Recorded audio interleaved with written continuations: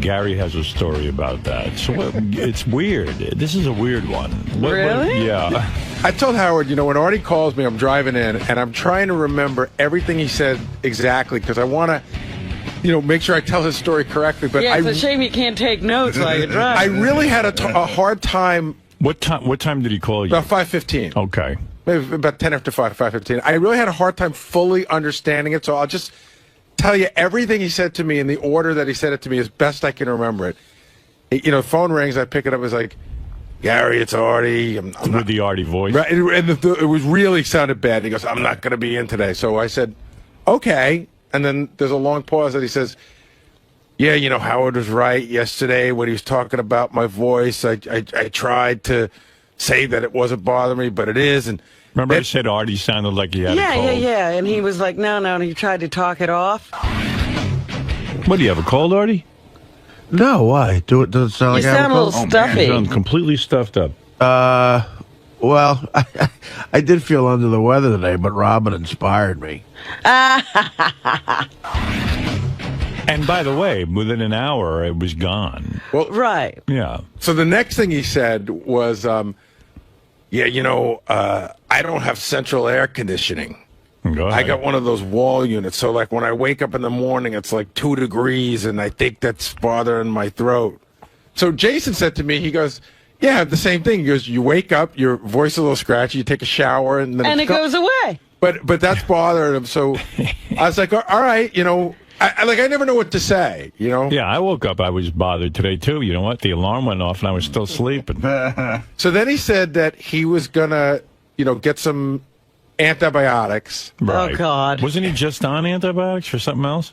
I don't know. I think he's addicted to antibiotics now. Yeah. How does the antibiotics even know once he gets in there with the Subutex and everything else he takes? What do they do? Where do they attack first? Right. So, and then he mentioned again, I'm really going over to my head, then he mentioned again that you were right, that you sort of called it yesterday. And then I said to him, we're going on that trip. So I said, we're leaving from separate airports. So I said, I'll see you in such and such a city on such and such a day, because I just assumed he's not going to be in tomorrow.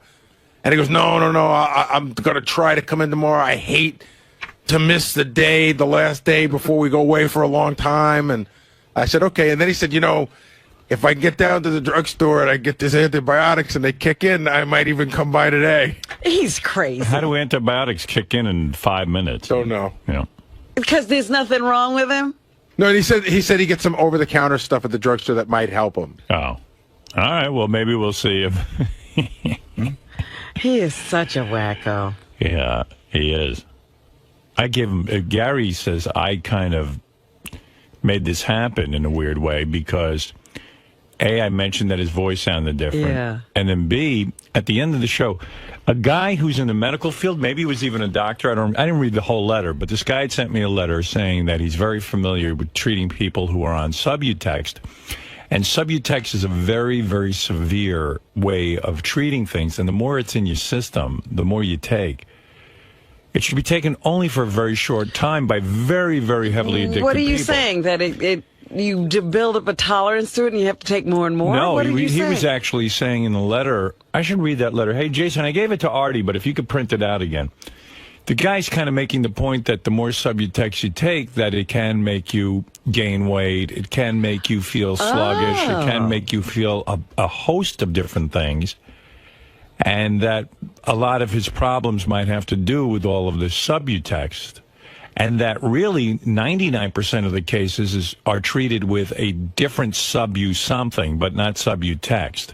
Because Subutex is like the end, So that's like the worst one. That's the extreme, right? Yeah. I think that's what he said. So you don't start with that. So I gave this letter to Artie at the end of the show thinking, like I said, hey, Artie, I don't know if this guy knows what he's talking about, but it sounds like he does. And maybe you should read it. So Gary thinks between me saying that he sounded like he had a cold and that I gave him this letter, might have sent him right into, I got to stay home and relax. Jason was saying that what you're saying on the air yesterday, you sound bad, was almost like a get out of jail free card. Right. Like a permission slip. Right. All right, here's the letter from the guy, and it's kind of long, so I won't read the whole thing. Tell me when you get bored. I'm an addiction specialist dealing with opiates. All right, so he's not a doctor. I'm a fan of the show. and I've heard of Artie's issues. I deal specifically with giving 𝗦𝗵cie𝘄 and Subutex to patients. Subutex is used on a very rare basis. That's the stuff Artie's on. I would like to know why Artie was given this more dangerous drug instead of Subuxone. Anyways, I am writing to help. I am sure you will not contact me back, but please just pass this email to Artie. Who won't contact you back either. Or someone who works for him to send along a message. The reason why he feels so poorly so often is the drug 𝗦𝗵ici𝘄. Subuxone and Subutex. Are you speaking English? Yeah, I mean, don't ask. I can't even. Buprenorphine. These drugs are meant to take in a constant level, not on a sometimes basis. This is very bad that he's taking it when he thinks he needs it. It works by having the constant level in your blood and being able to reduce this over time. So the guy's saying Artie just pops him whenever he feels like right, taking he's them. taking it wrong. If you take the drug like he is, you will feel bad often because of the long half-life of the drug. It stays in your system so long that you don't feel the withdrawal effects for a long time. Oh. He probably doesn't even know why he feels the way he does, because it doesn't set in till over a week after you last took it. Oh. He's used to going through withdrawal hours after his last heroin fix. Well, this is totally different and worse than heroin in some ways. Wow. Yes, heroin is deadly, but as for feeling overall not well, buprenorphine is much worse. Again, the half-life of the drug. Okay, so I don't know how much you want to hear of this. Well, I get the gist. Yeah, what's he saying? He's basically saying you take that drug, it stays in your system a very long time, and those effects that make you feel sluggish and sleepy and dopey and make you eat come up a week after taking the drug. Ah. And plus, he's saying he's supposed to keep a constant level, not... That's how it works, that when you're on the opiates, you keep a constant level of that stuff in your system to maintain a feeling of well-being and not feeling like you're going through withdrawal. Right. But you're not supposed to take it anytime you think you need it because it has this crazy after effect and this half-life. Yeah. So, I don't know. He's got levels of it going up and down and making him crazy. Anyway, so I gave him the letter yesterday after the show, and I said, That probably sent him into a real funk. Yeah, I said, Artie, read this, because it could be important. And he read it. I don't know what happened. Then he left. That's not at work. By the way, that's always a weird dynamic. Like, you try to give him, you don't even notice it, but like you're really trying to give him something, and he sort of like wants it, but he really doesn't. And it's always a weird thing when you try to give him that stuff. Yeah. Well, I don't know. It seemed like it was important. Well, you ought to give it to him. I just don't know how it lands over where he is. Yeah, like how it affects him. Yeah. When he reads that stuff, because he gets crazy about it. I know. And, his brain starts working on him. I always think you read something like that, he's going to go to a doctor and get some help. No, I think he's going to take more Subutex. Makes him anxious. Do you think losing Lord of the Anal Rings really shook the guy? I think that too. Universe. Yeah, he was so proud of having that title for so many years, and Richard just trounced him. And you know what? They made a good point on the wrap-up show that, he gave Richard his hoodie. Yeah. And then Richard wound up smelling Sal's butt. And then Richard tried to give Artie his hoodie back, and Artie said, "No, thank you." Artie said, not only do I not want that back, he goes, "I don't want anything you've ever touched." Right. Well, I don't blame him. You wore it. I don't want it. Mel, you're on the air in New York. Hey, what's up? Hey.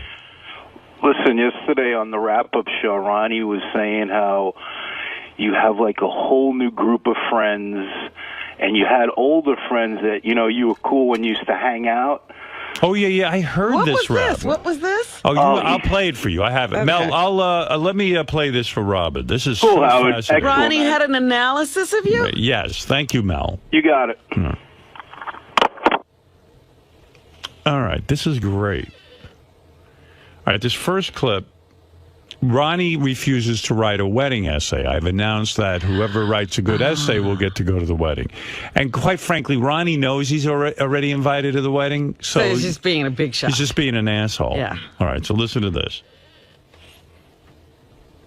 What is that all about, though, that essay thing? I mean, It's Howard's making a bit out of it. He's like, hey, if you want to come to my wedding, right. if you write it out. Well, I refuse. I will not write one. Why not? Because I can't. yeah, I can't write exactly. Because Ronnie thinks he should get in on his own narrative. I mean, I know. I've been through all his shit with him. Didn't you write a letter to get your job in the first place? Yeah. Okay, I but did. go ahead. You put in your But time. I didn't write a letter. Yeah, I did write. Ronnie wrote me a mental letter when he got the job. I told and you he that got story. the job anyway. Ronnie, the limo driver, I met him. I was hired. It was early in my career, and I was hired to do a TV show in Hartford where I hosted a night of stand-up comedy. And the part of the deal was, and I had no money to get even to Hartford. They offered me a limousine. And who was driving this limousine? They had hired Ronnie. Mm-hmm. I didn't know how you first met That's him. how I met him. And he gave me a ride to Hartford. I did my job, and he drove me all the way home. It was a good 3 hours in the car. Yeah. And the next day, I get this. I don't even want to call it a letter. It was this weird piece of paper with almost like a crayon. I wish I had saved this. Was it hand-delivered? Handwritten. No, it was just in my box, so obviously you dropped it off of my house. Right. That's what I'm saying. He didn't mail it. No. And it was A crayon? like a crayon, like a weird handwriting, like a child would write. What do you do? No, it was like a... Was it that lined paper they use in elementary school? No, it was like... Was it a grease pencil? And full of misspellings, and I want to be your friend. And No, I didn't we say can be anything, best but I want to be friends. your friend. Oh, yes, you did. I did not. Dude, I'll you can give deny me all a you fucking want. break. It was a Fred, stalker, psycho Fred. letter. I spent the whole. I Dude, never saw the letter. I know, but I showed it to him. spent the whole day with you. Correct? My already wife, did. my wife Okay. and I... But at I the never time- saw the letter. No, but it wasn't in crayon.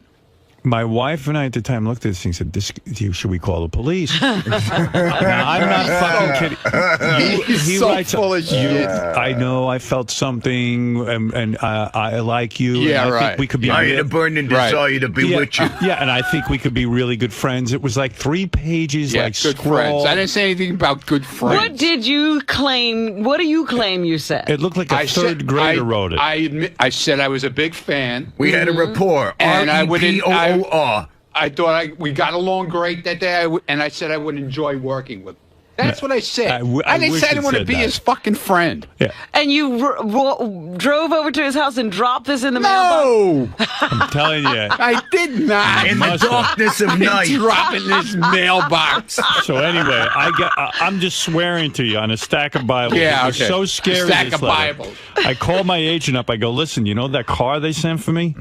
I said, Yeah, the fucking psycho driver sent me this like weird, like he can't even spell. Yeah, and that's why I'm He's here like- 23 fucking years. Ex-creamer. I didn't Psycho. I go, You were Inmate. afraid, right? I go, the fucking guy's retarded or something. Yeah. First of all, he can barely write. So, okay. So what do? You hire him. Well, let me tell you what happened. So my agent says, I got a letter too. I go, oh, you did? You did? You wrote to Don, too? He goes, the guy wants to be a limo driver. I said, Wow. yeah. I said, well, No, I said, I sent Don a letter saying that if Howard, ever needs somebody else, because I knew at the time he had another company, and if he ever leaves where he's at, to contact me. That's all. Okay. It should only have been that round. Yeah, right. But bullshit, man. You're making so much sense now. So anyway, I swear, He swears. I wish, believe me, I wish I could He bring my swears. ex-wife on to describe this letter. Yeah. Because I'm sure she's still shaking from it. Yeah. Yeah, that's why he let me bring his kids home from the hospital when they were born. Yeah, okay. He was So afraid then- of you. So Yeah. then, What do you want? So then, what is it, JD? I just think Ronnie dyed his mustache. What? You think he dyed his mustache? It looks a little darker. Yeah, it's a little darker, okay? You happy? What, do you think he's doing that Fuck outta Grecian here. formula thing? Moron. Did you dye your mustache? And I didn't dye it. I put this whole coloring shit it? in there, man. You What? did the Grecian formula for the it's not mustache Grecian thing? formula. It's not grease and formula. It's the same thing. You rub Whatever. something on your mustache to make it darker. I don't know. It got a little dark. Take I don't know take what the the fuck gray happened. away. It looks like a paintbrush you kind of dipped Oh, into black paint at the bullshit. end. Yeah. What did you use? Mascara. That just for men bullshit. Yes, Oh, boy. that's what they call it now. Yeah. Yeah. The Keith Hernandez stuff that they advertise. I heard that you said you didn't dye it; you just colored it. I put that little brush shit. Does it instantly change it, or does it take time? 5 minutes. 5 minutes? Now, Yeah, does that 5 wash off, or do you have to do it every day? No, not every day. Okay. How often do you do it? I don't know. Is it the first time you ever did it? Second, third time. Maybe a third time. Did you put some Very in your good, beard? JD. Yeah. Who gives a fuck what JD says? I don't care. He's going to Florida this weekend. He's got to look good. Yeah, okay, so. So what? Do you do something? So what? Do you do something to your hair too? No. No. Wait, Ron. What? What'd you do to your beard? Did you put some of that? I just told you. No, just you told me the mustache. Did you do the beard? The whole too? thing. Well, I'm just going to do one part? I But don't you know You what? look like a fucking idiot. You're still missing blotches a of gray. spot. Yeah, You're I- missing a spot. I still see gray in it. Yeah. But that's the whole idea. You don't goes fucking gradual. do the whole thing. Well, how do you make it gradual like that? He does a circle. You just do little spots. That's all. And then eventually one day. No. You don't do the whole thing. I never do the whole thing. I never did the How whole long thing. you been doing this? On and off, a little bit here and there. JD, you picked up on that? I just watch him. No, probably the fucking guys in the in the control no. room. Actually, I will take credit for this one. All right, good. I wasn't so sneaky this time, Ronnie. All right, whatever. In your face. What do you want me to do? You want me to fucking get mad about it? I don't know. This is You funny. sound pretty angry. I'm not angry. I Are give you- a shit. I'm going to ask you a question. Right I would, now. if I was angry, would I answer you? Are your pubes still gray, or do you do those Do you too? do the No, green get hair? the What fuck is that? outta here. Just for men? Did on you the Just for pubes? pubes. Did you put just for men? Just for pubes? No. I use just for pubes. No. But I don't do the whole thing. Are your I just do pubes the gray? balls. What's that? Are your No, pubes gray? absolutely not. And you didn't put any Little just chest hair, yeah, no. You Not- didn't put any just for men Nope. on your pubes. Nope. So what does it mean when you do the mustache and the goatee? What do you mean? I mean, why do you do that? Why not? I don't want it to be all white. It's all white It'll if you turn, do. yeah, Oh. probably turn all white. I don't want that to fucking Why happen. don't you just shave off your goatee? I like it. Oh. How long does it take you to do that? I said it's 5 5 It takes minutes? 5 minutes. And then you wash it off, or you just leave Yeah, it it in there? washes off. That's all. I hope that fucking documentary they're doing on you, they get Did you doing get that, Greg? Dude, Greg, I told Greg he should be outside my house at 3:15 when I walk out with the fucking dog. Right. He like almost had a heart attack. He couldn't even get. He lucky he he got here film for he got here for Cupcake Wednesday. Did he film you coloring your beard? No, That's what I no, he want. doesn't come to my house. You got to get that, Greg. Yeah, really. He's we coming need to Miami see with me that. though to Tootsie's. When you use that just for men, What the fuck, man? do you ever Come get on. dye on the pillow? Like, does it ever? No, it doesn't come off. Shit works good. What do you go buy it? Goodstein uses Where it do too. he does? Oh yeah. Really? He thinks he's got me fooled. He comes in. Some days his hair is like fucking dark as can be, and I say, Doug, what's with your hair today? He goes, what are you talking about? Oh, you He mean thinks you he think got me fooled with his shit. You think he puts just for men in his I hair? don't know what he uses, but he uses something. Greg, what do you think? Come on, Greg. You think Goodstein puts it in his hair or in his beard? No, his hair. His hair. in his hair. Yeah, definitely. Just for men. I don't know what he uses, but he uses something. What? No What? way. Come Doug? on, Doug Doug. doesn't dye his Yes, hair. he does. He's in his 30s. I don't give a shit, dude. He does. I'm telling you. Just for men, Just for old watch, folks just like watch you. him. Just watch him. Just watch his fucking hair. Some days it gets light, and then he'll come in on Monday morning. But it's I've never all- seen it's all gray or dark. anything. He never gets gray. Yeah, but there's something going on there. Just for grandpa. Right. Whatever. Whatever. Just for old men. Yeah, right. Okay. Wow. You want to know something? What? I think it looks better. Thank you. I didn't even notice it. It looks natural. I got to tell you something. I'm pretty impressed that you can put that shit in and not totally fuck it up. Yeah.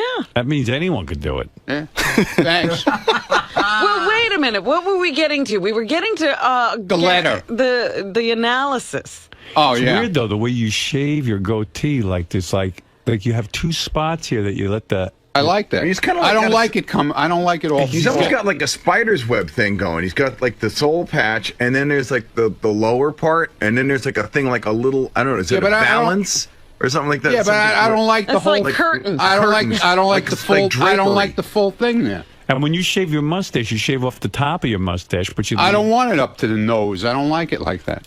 Wow. Like you have an opinion on that. I like it the way I like it. That's it. You like the hair not to come all the way up to your nose. No, I don't like that. It looks sloppy, I think. Yeah. You should be a magician. Yeah, he looks like a magician with that beard. So anyway, get back to the this other story. shit. Well, finish ripping my asshole apart. Go ahead. So Don calls me and goes, he was looking into a limo company, and he goes, I found a guy. I go, you did? Who? He says, the guy who drove you to Hartford. I said, listen, not anyone but that guy. Dude, you're so full of shit because... Let me tell you what happened. No, let me tell you what happened. Hey, I'm telling you what happened. You weren't there when he talked to Don? No, this is before... Wait, No, this is listen, before that happened. I go... Wait, let me talk story. first now. After Hartford, he got fired from NBC. Right. Right after that. Yes. Okay? That's when you guys got fired. Yes. And then he started doing the Club Benet shit. Absolutely. And That's when I remember you being around. And then my friend was doing the transportation for Club Benet. Okay? So he calls me, he goes, Howard Stern's doing shows at Club Benet. Do you want to do his limo work? I said, yeah. And then we got back together. Okay. I saw him again. All right. So anyway. And then that's how I saw Don again, because I met him at Club Benet and talked So to let him. me tell you what from my end. Yeah, okay. So Don Your calls me story. up because K-Rock said they would get me the limo. Right. You know? And they said, so I had to go find someone. And Don says to me, this guy who drove you to Hartford wants to, do your work. I said, listen, you got to find someone else. I said, this fucking psycho wrote me a letter after he drove me, like Charles Manson. Right. Well, I remember And- even at the Club Benet thing, you go, that Ronnie's a stalker kind of dude. And then, so watch out for him. And then all of a sudden he was in my life with the Club Benet. Yeah. Yeah. So me and Neil. So then Don quoted me his price. He goes, look, he's like $2 an hour cheaper than everyone else. I go, he is? Okay. I go, all right, hire him. I threw in all of my morals. Yeah, all for $2 an hour. Yeah, That's how you okay. got the job. You know that. That's how you got the job. Yeah, okay. You That's a true did. story. You All said, right. this dude, watch out for him. Yeah. And then you hired him full time. Right. It was all I could afford It was the worst day of your life. because they gave a strict budget, and then I had to kick in some money, and I Right, went, hey, right. I didn't have a lot of money for limos, so it was crazy. And I said, well, okay, if he's got the best price, then go with him. It was crazy, and you hired somebody crazy. I did. I hired a guy I totally mistrusted. There you go. There it is. There you go. Well, it worked out. Most people I end up working with, there's always a debate. Call the police or hire them for less. It's true. When you look through this cast. It really is true. All right, so here's Ronnie on the wrap-up show. I'll continue the tape. How you've changed, apparently. I didn't say he changed. And also, I never said that. How he refuses to write an essay, which is fine. You were invited anyway, and you knew that. You know you're invited to my wedding, you fucking asshole. Yeah, With your but fucking so Grecian why? Formula So 99. why do I have to fucking write an essay? It would be funny. Oh, I'll write You don't have to write an essay. You're in already. Yeah, I know that. So why did you say everybody here has to write an essay? Did I say you by name? No. Did I say Rob? You said everybody. All right. Listen. Whatever. I want you stop interacting with the show. Number one, you're a fucking guy supposed to stand in the hall. I am Don't even standing listen. in the hall. In fact, don't even listen to the I am show. standing in the hall. All right. All the guy does, Jesus. I know. I know you've been taping him for. You're doing the documentary. 3 weeks. Documentary, 3 fucking weeks. 3 weeks and you're standing in the hall. Yeah. It's like hanging out with your grandpa, minus like the cool Yeah, World right. War II Yeah. stories. Hey, fuck you, Greg. Your light blew out again. So I got the studio lights. Oh, my I goodness. wrote a letter. I wrote a letter to him, and I wrote a letter to Buchwald, both. Okay, so you're saying now you've put in your time. You shouldn't have to. No, do it's that? not even. It's not even that. I mean, I consider whether he considers me a friend or not. I don't know. I consider him a friend, considering all the shit we've been through together. I mean, I've been through taking his kid home from the hospital when they were born. That's because that's your job.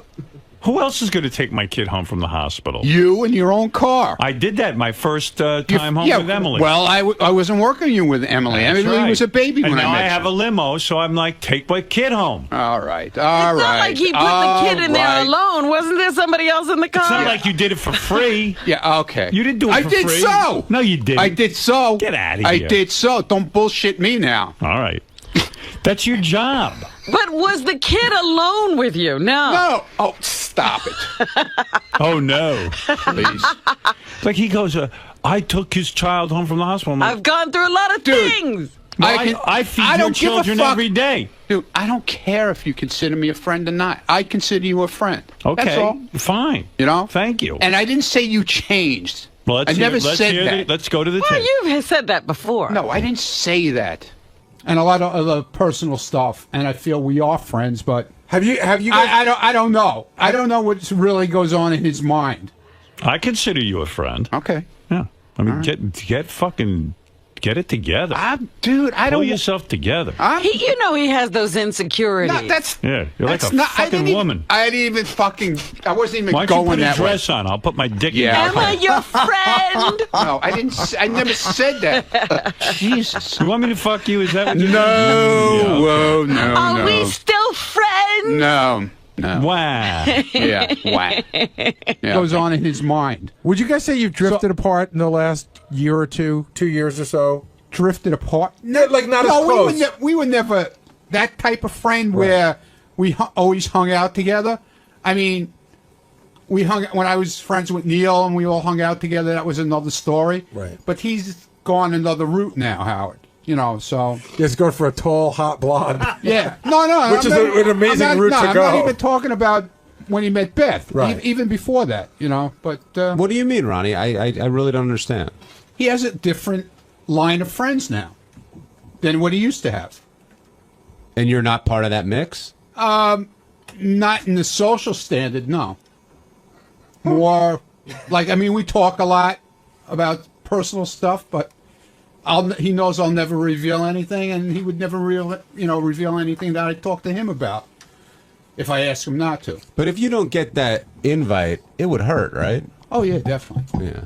Would you cry? It would hurt that I wouldn't even be on tier 1. But he knows he's invited. Yeah. You're such a douchebag. Yeah, but Beth dude. talked to you about the wedding a million what times. are you, I know that, but- Wait a minute. You're being a fucking asshole. What are I'm you not being a saying? fucking asshole. What are you saying? That he's traded you in? No, I never friends? said That's what that. he's Where saying. the fuck did you say?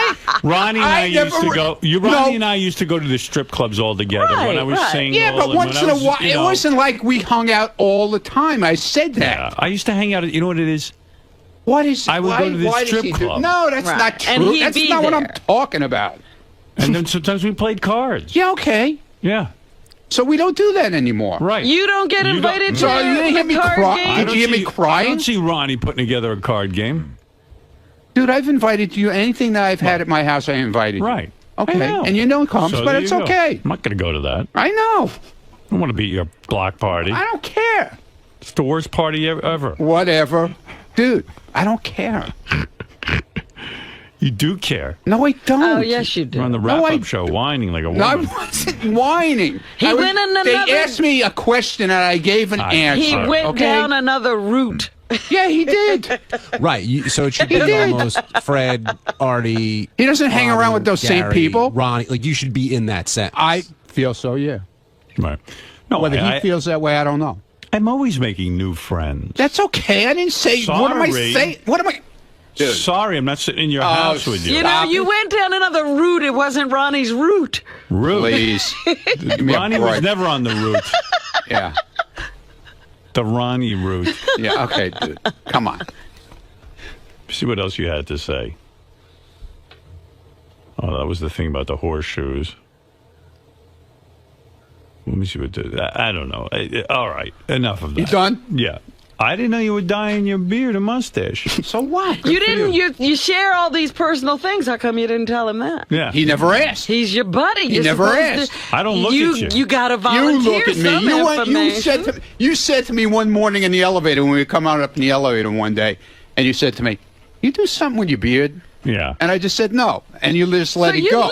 lied. So you lied to me. Yeah, but you normally it would have been one of these deals where you dragged me in here and said, you know, you doing something with your fucking beard, you know, like you didn't do it. You just left it alone, which Well, you it told me shocked no. me. I assume Yeah, you but told me the truth. you since when do you believe what I tell you with that kind of shit? Well, when you were friends, Especially when you used to. asked me. I believed you. Obviously, yeah, but obviously you saw something different.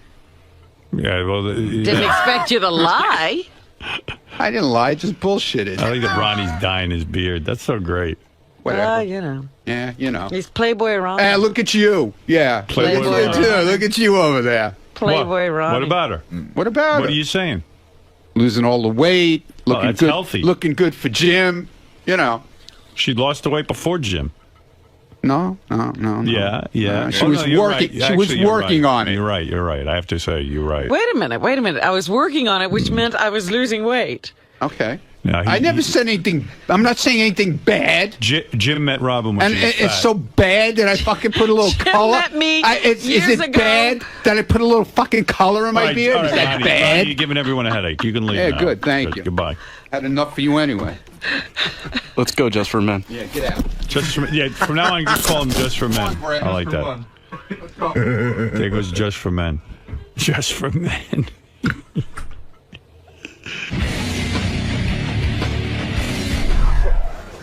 JD, good find, man. Well, you know, sometimes I notice things, and I noticed this. You can't dye your beard or whatever you got on your face without me noticing. Why do you think he did it? Now he's newly single. Listen, he wants to look, you know, a little younger than what he is, probably. Think it's gonna work? No. Vince, go ahead. Hey, good morning, Howard.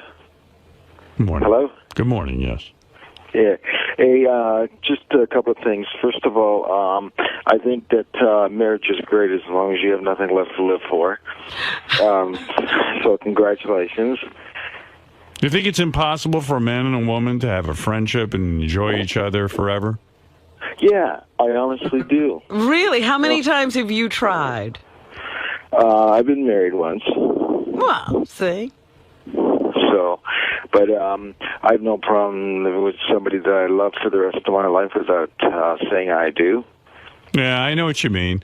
And I guess I would have been okay with it, but I don't know. I'm really excited about getting married. I'm not a delusional person in that I believe every marriage is going to last forever. I know they fuck up, but Beth and I seem to be on a good roll. We seem to really be in the right zone together. Well, the one thing I don't understand is how you two people who didn't want to get married are getting married.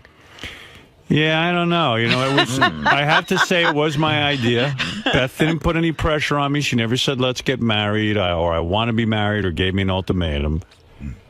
I just started thinking about our lives together. I started to think about, you know, a lot of different issues about how, in some ways, it would help our life. It's like some people wouldn't treat Beth that seriously before we got engaged. They wouldn't give her a certain respect, and certain people didn't acknowledge that we were really together. You know, it almost smacks people in the head that, like, this is for real. Mm-hmm. And also, I think Beth, I wanted her to know that she would be secure in the relationship, that, like, I wasn't going to just sort of handle this thing frivolously one day and walk out the door. I wanted No, her you to can know, still walk out. Marriage Right. doesn't stop people from walking out. I wanted her to know that marriage sort of says, like, this is a little bit more than a girlfriend-boyfriend thing, that I'm in this for the, you know, for the long run. And I think that you guys are great together, and you've met the right person, you know. But you know, still, I just don't see any reason in getting Yeah, married. I know what you mean. I was the same way, and I'm not sure I disagree with you, but I just felt in this relationship it was the right thing to do, and I'm happy about it. I'm willing to take a shot at it. Well, all right, Sal here. No, Howard, I just want to ask your opinion, Sal. I know. You're not coming to the wedding anyway. Right. Well, that's my point. She's already controlling you. She's telling you who you can invite and not invite to the wedding. With her. I don't disagree with her. You shouldn't be at the wedding. You dissed you lied to my girlfriend. You dissed her. You fucking treated her like shit, and I stick up for her. I stick up for my friends. What can I say about Gary 𝗻𝗏𝗍? You got a face like a horse. You've sucked Howard's cock to make it in show business, and you love eating at Nobu. Oh, wait, that's my roast about Beth. I'm sorry about that. Is he ever going to get to Gary? I'm sorry, Beth. In case you didn't get that joke, let me translate.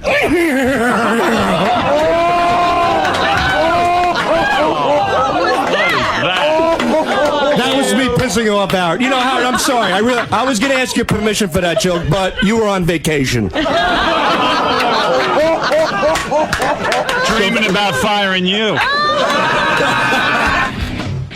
So then what's the problem? What do you think? Hey, we all make mistakes. She's not controlling me. Yes, she is. She's telling you. She's dictating who should go and not go. He doesn't disagree. I don't disagree. You make her uncomfortable. You don't disagree because you're uncomfortable. You don't disagree because you're agreeing with her. That's right. I don't disagree. I agree with her. I agree with her. Right. If I felt she was wrong, I would say so. She's not. Okay. Yeah, he does not agree with you.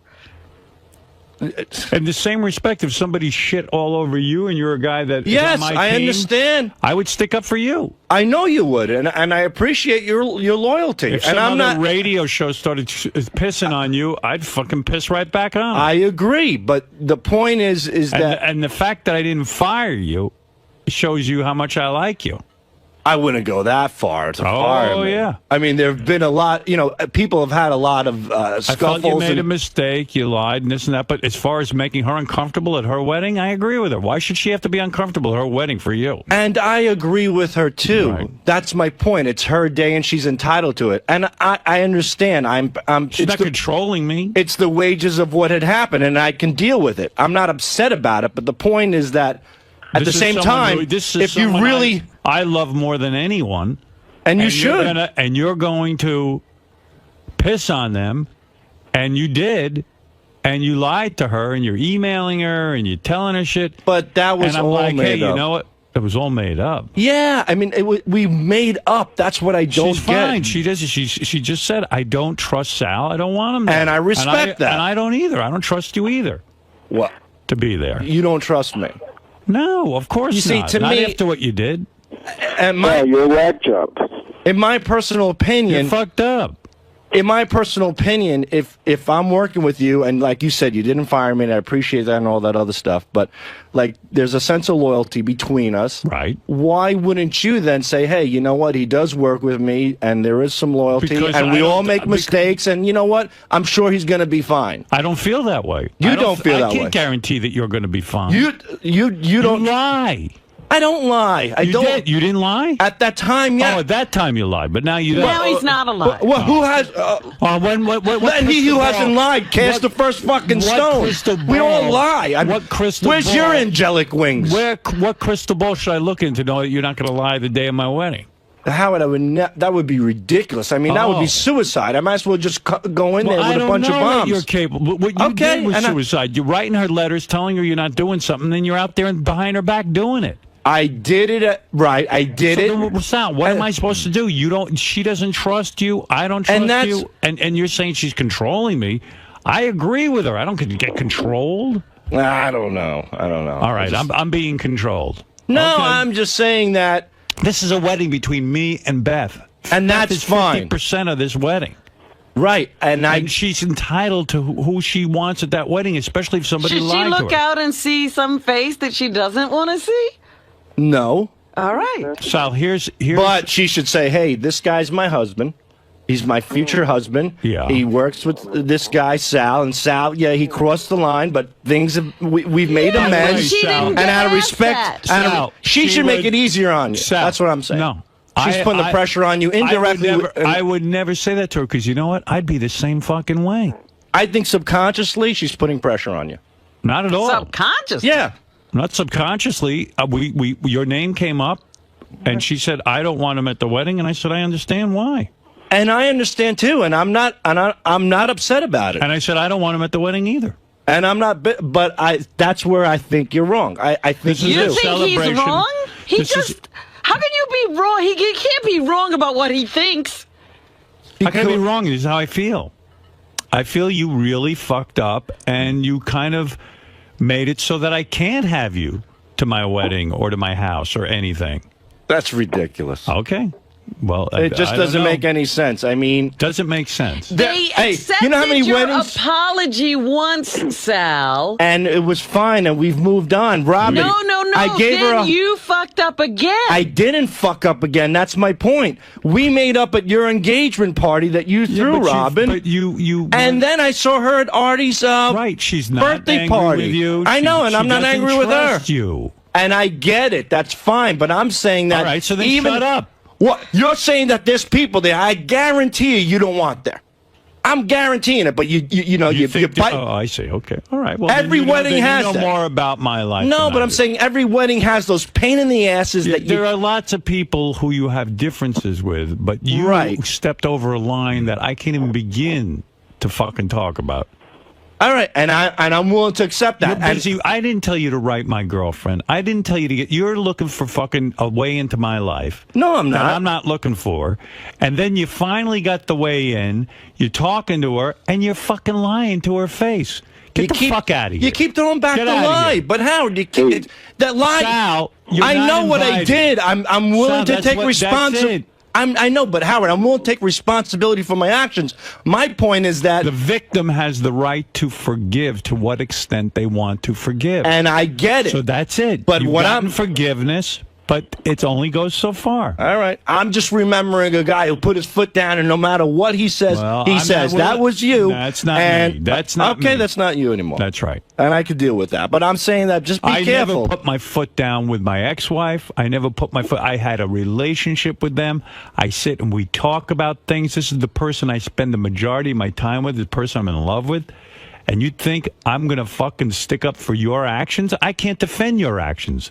If you did, if I felt your actions were defendable, I would be the first one to go to bat for you.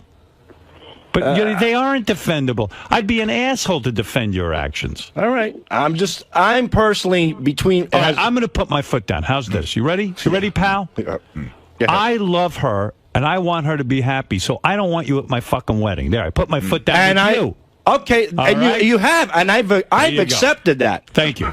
But I'm saying out of respect to you, she should say, like, okay, this guy works with him. I don't want you there. Okay, I don't believe it. Why is that? Why doesn't he believe you don't want him there? Because do you love him so much? Are you having secret conversations with him that we don't know about? I hardly talk to the guy. That are misspelled.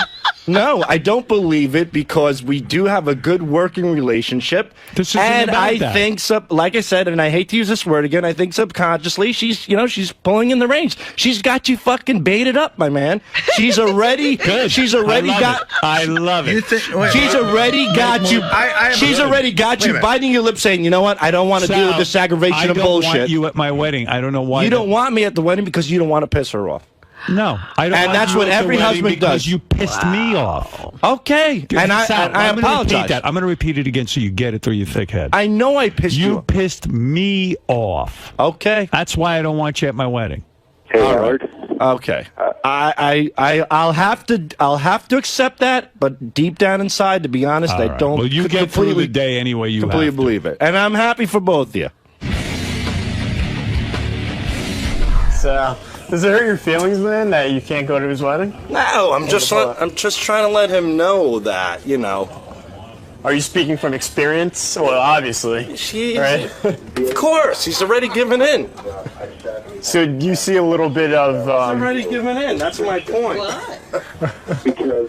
And then what's next after this? You know, he's already giving in to something like that. 6 months later, it just stopped working completely. What's after this? What do you think's after this? Aggravation? Regret? Why did I do it? And then, you know, phone call to probably Dominic Barbara and, you know, back in the single life. Do you have advice for Howard? No. Yeah, don't do it. Right. Nah, it'll be fine. I'm happy for both of them. What are you going to do the day of the wedding? You, bend over. What am I going to do? I don't know. I'll go fish with my kids. I don't know what I'll do. I have no idea. I don't even know when the wedding day is, so what are you going to do? What can I tell you? That's the way it is. Just that, if he goes out there, jeez. I mean, if Howard goes out there and sees, Howard knows what marriage is all about. And the reason why I'm not going to this wedding is, again, he's just like, he's biting his lips saying, you know what, I don't want to deal with this aggravation, this bullshit. Let me just not, make her happy. Give me a break. It's a bunch of horse shit. That's my opinion. I understand why I'm not going to the wedding, but marriage is a compromise between two people. And I think he's thrown in the towel. But so you're talking like Howard would want you there. Of course he does. You really think so? Yeah, why wouldn't he? We get along. I've been to all the other events. I've been to his birthday parties. I've been to the engagement party. I've been to Artie's birthday party where Howard was at. I've been to Howard's surprise party. Everything's fine. The wedding, where it's Beth's day, which I understand, I'm not invited. Which leads me to believe that he's saying, hey, you know what? I don't want to deal with this garbage. All right, fine. It's easier to get rid of me and just submit himself to her request than to say, hey, this is a guy that I really would like at my wedding because we work together and, we get along. We have a good friendship. So, and I don't blame him because you can't put a price on peace of mind. And that's sometimes the price of peace of mind, just to shut up and say, all right, whatever. That's what marriage is all about. You just start agreeing. Because if you don't agree, you end up on the front cover of a fucking newspaper with a murder-suicide story. And that's it.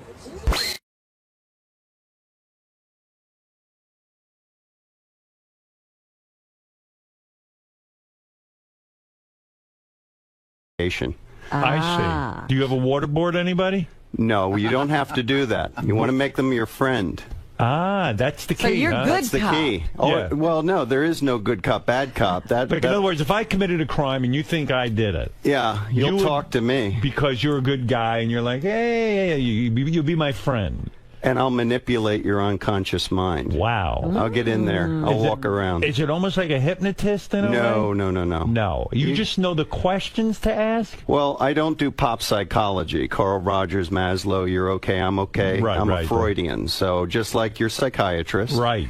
It's really psychotherapy when you do analysis on someone. Are you manipulating me right now? Absolutely not. No, thank you. You're too good at it. Please do. Did you like Law and Order Criminal Intent? Oh, don't start. Please don't get me started. Those shows, please stop watching those shows. What is wrong with those shows? They're inaccurate. Nothing happens in 48 minutes. Right. All right, but you understand it's a TV show. I understand that. I got that. Have it going on forever. And so Silence of the Lambs was a very good film. How do you learn your craft? How did you learn this? I went to the Federal Law Enforcement Training Center in Glencoe, so I trained there for several years. And then I had training in D.C. through the Justice Department. And forgive me, but I don't understand what it is you do. In other words, let's say I hire you. What do I need you to do? Well, a team of detectives are going to interrogate someone. I write the interrogation questions. All right, so in other words, John Benet Ramsey was just killed, let's say. Yeah, okay, well, let's go back. You're going to go back there, huh? It's a case everybody. I worked on the original case. Oh, you did? Oh, yeah. Were you called in the 90s? Were you called in to try to question the parents? I wrote an analysis of the ransom note for religious themes for the DA, and then they asked me about a year later to write a psych profile on 𝗵𝗵cie. With the mom. Which she did not like. I ended up in her book that her and her husband wrote. Did you interview her? No, you can't talk to people when you profile them. Because they lawyer up, though, sometimes, and you can't talk to them. With 𝗵𝗵, my job was to write questions that would make her angry, because people will blurt things out when they're angry. Right. Because when you saw her on TV, she was heavily medicated. Right. So who used your questions when they... the detectives team. And what was one of the questions you wrote to make her angry? I talked about Jesus and, guilt and sin, because she was a very religious person. So you figured that might get to her? Well, it did. She threw a chair, so... I see. Was it what does that tell you? What was the question? Do you know specifically which one she threw a chair at? I forget which one they were at. I think it was the third question in. Right. And she got very angry, stood up, and It was about Jesus. About Jesus and forgiveness, and do you believe that when you commit a sin that God will forgive you? And she was like, where are you going with this? Because she was being interviewed. She couldn't be interrogated because she wasn't arrested. So the mom and dad were cleared of all wrongdoing? No, they weren't. They were not? No, they weren't. You still think they had something to do with it? Here's what I'm going to say, and I'm going to be very candid today, but it's an open murder investigation, so please understand, Howard, there's some things I can't talk about. Do you understand that? Yeah. In my personal opinion, the evidence is very clear that 𝗵𝗵 killed her daughter. That's your opinion. That's my opinion. But the law having has worked never, on... ever, let's be fair to her memory. Isn't she dead now? Yeah, she's dead. Yeah. Yeah, but you came to that conclusion based on what? The evidence you looked at? The evidence, yeah. I worked on the case. Everybody else is giving opinions about this case. They never saw the case file. What was the thing that made you believe that she had done it? I can't talk about the evidence. I see. Sorry. But that's your belief. Did you write about that in your book? No. No. I've turned down a book offer about that. I didn't want to deal with it anymore. It was the only case I ever worked on that was never adjudicated, never went to trial. Didn't they find some guy who confessed to it? No.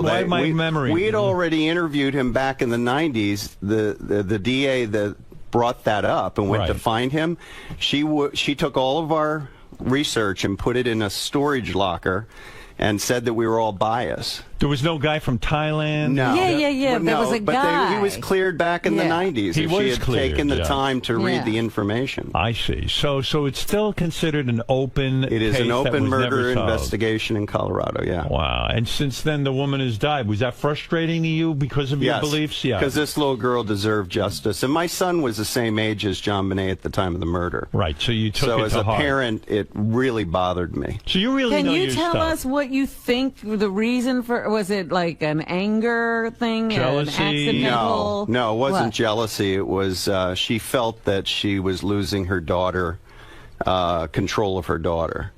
And that's all I can say. It had nothing to do with jealousy. That's your opinion. That's my opinion, yes. Right. And the opinion of the original team that worked on it. Steve Thomas wrote a book, if you want to read a great book about that case. And you felt that was an accurate book? Absolutely. He was the chief detective. I mean, I worked for him. So you really know your stuff. You've been a criminal behavior analyst since 1988.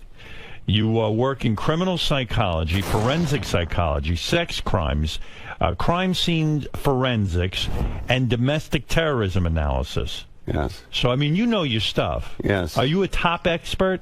For the Justice Department, I'm a subject matter expert, yes, for the Hyde and the McLaughlin programs. It's impressive. You've also been on the Oprah show. Why were you on that show? Talking about date rape. I see. She didn't like what I had to say. What did you say? I said that people make excuses for people, and that most people don't need a hug. They need a good swift kick in the behind and told to get their act together. Referring to what?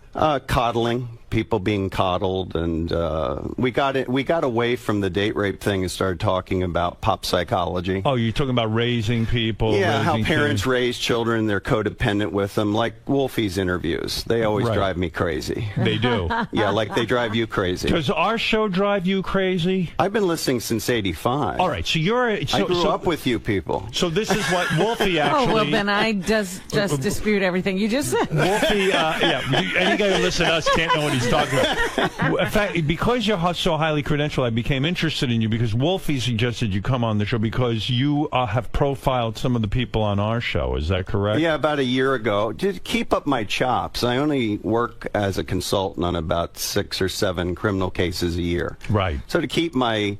you got to use it or you lose it. So I did it just for fun about a year ago. Would it be a fun game right now if you were to describe a analysis of a person and we try to guess who that person is?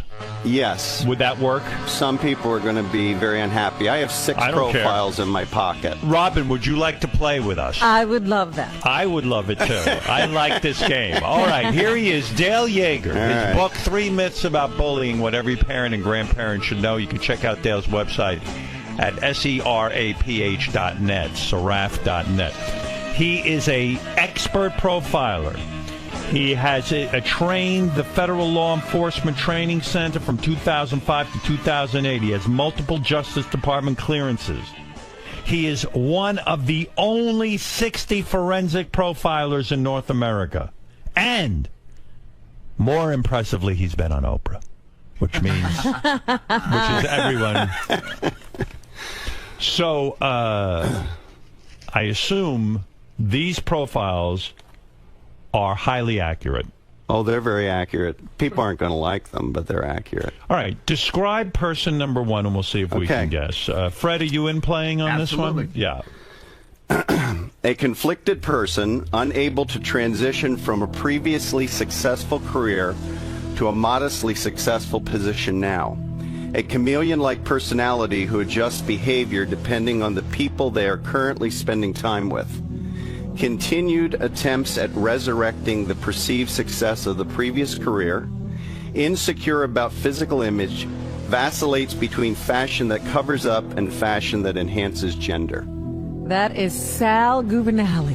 Well, he didn't have a successful career before. Well, I think that this guy's confused. Let me think. Is that Sal, you think? Well, that's my opinion. I mean, it's a terrible profile, right, Fred? Who had a lot of success? I have a guess, but is it? I'll just ask one quick. Can I ask one question? Don't peek, Fred. No, I'm not peeking. I can't even see. I can't even see. Okay. Is this someone who used to work with the show? No, they're currently here. Currently here. They're outside. Holy shit. Wow. I'm telling you, it's Sal. Is Robin right? Incorrect. Oh, Incorrect. You're kidding. All right, Robin, your guess is no good. I actually didn't profile Sal. Oh, wow. Interesting. Well, that's Who one wants we to do need. that? That's frightening. Wait. Currently here. Currently here? Transitioning from a successful career to a less You had a successful career, Robin. And this is you were What are you talking about? you were in the military. You were an Air Force captain. I've had 50 careers. I'm going to take a really shitty guess. If it's someone who's currently on staff, is it John Lieberman? No. No. Jesus. Who the hell could profile him? Who the hell had a successful career? Everyone here When is you such find a out, loser. when you find out, it'll make sense. Really? I never had a successful career except for The this. key is the last. The key is the Can last. I hear the last sentence again? Insecure about physical image, vacillates between fashion that covers up and fashion that enhances gender. Enhances gender. I don't have a clue. Who is it? Lisa G. Lisa G. Whoa. You know, Jim McClure, who's sitting here That's with interesting. me, figured it out. He said Lisa G. Yeah. I'll read that again about her. A conflicted person unable to transition from a previously successful career to a modestly successful position now. A chameleon-like personality who adjusts behavior depending on the people they are currently spending time with. Continued attempts at resurrecting the perceived success of the previous career. Right. She's always trying to tell you how. Well, the sweet and greet. Right. Wow. You think she's a 30D? I guess you're not an That's expert. not for me to talk about. All right. Who's the second person? All right, ready? I wonder. Lisa, are you happy with that or unhappy with it? I guess we should Is hear Lisa from Lisa. there? She'll yell at me probably. Interesting. You profiled Lisa. Lisa, how do you feel about that? You're having a hard... By the way... it was me right away. You did? Did you? Are you having a in hard there time? when it's me. Is he accurate? But let's be honest. Is he accurate that you had a hard time transitioning from being a morning show host to now being on the Howard 100 News team? No. I did have a hard transition when I went from Hot 97 to my next job. Do you vacillate between sexy clothing and clothing that covers up your gender?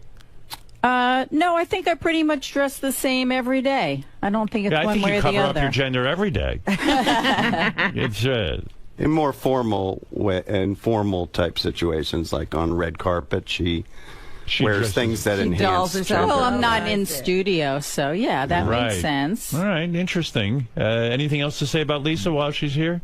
No. We had a good conversation about profiling. Is she well adjusted? Who, Lisa? Yeah. Is any of us? I don't think so. Sorry, Lisa. You know what I asked him? I said, who here would go postal? That's and what I said want they're to know. all fired, so you don't have to worry about that anymore. Do you think there's anybody here who is dangerous? No.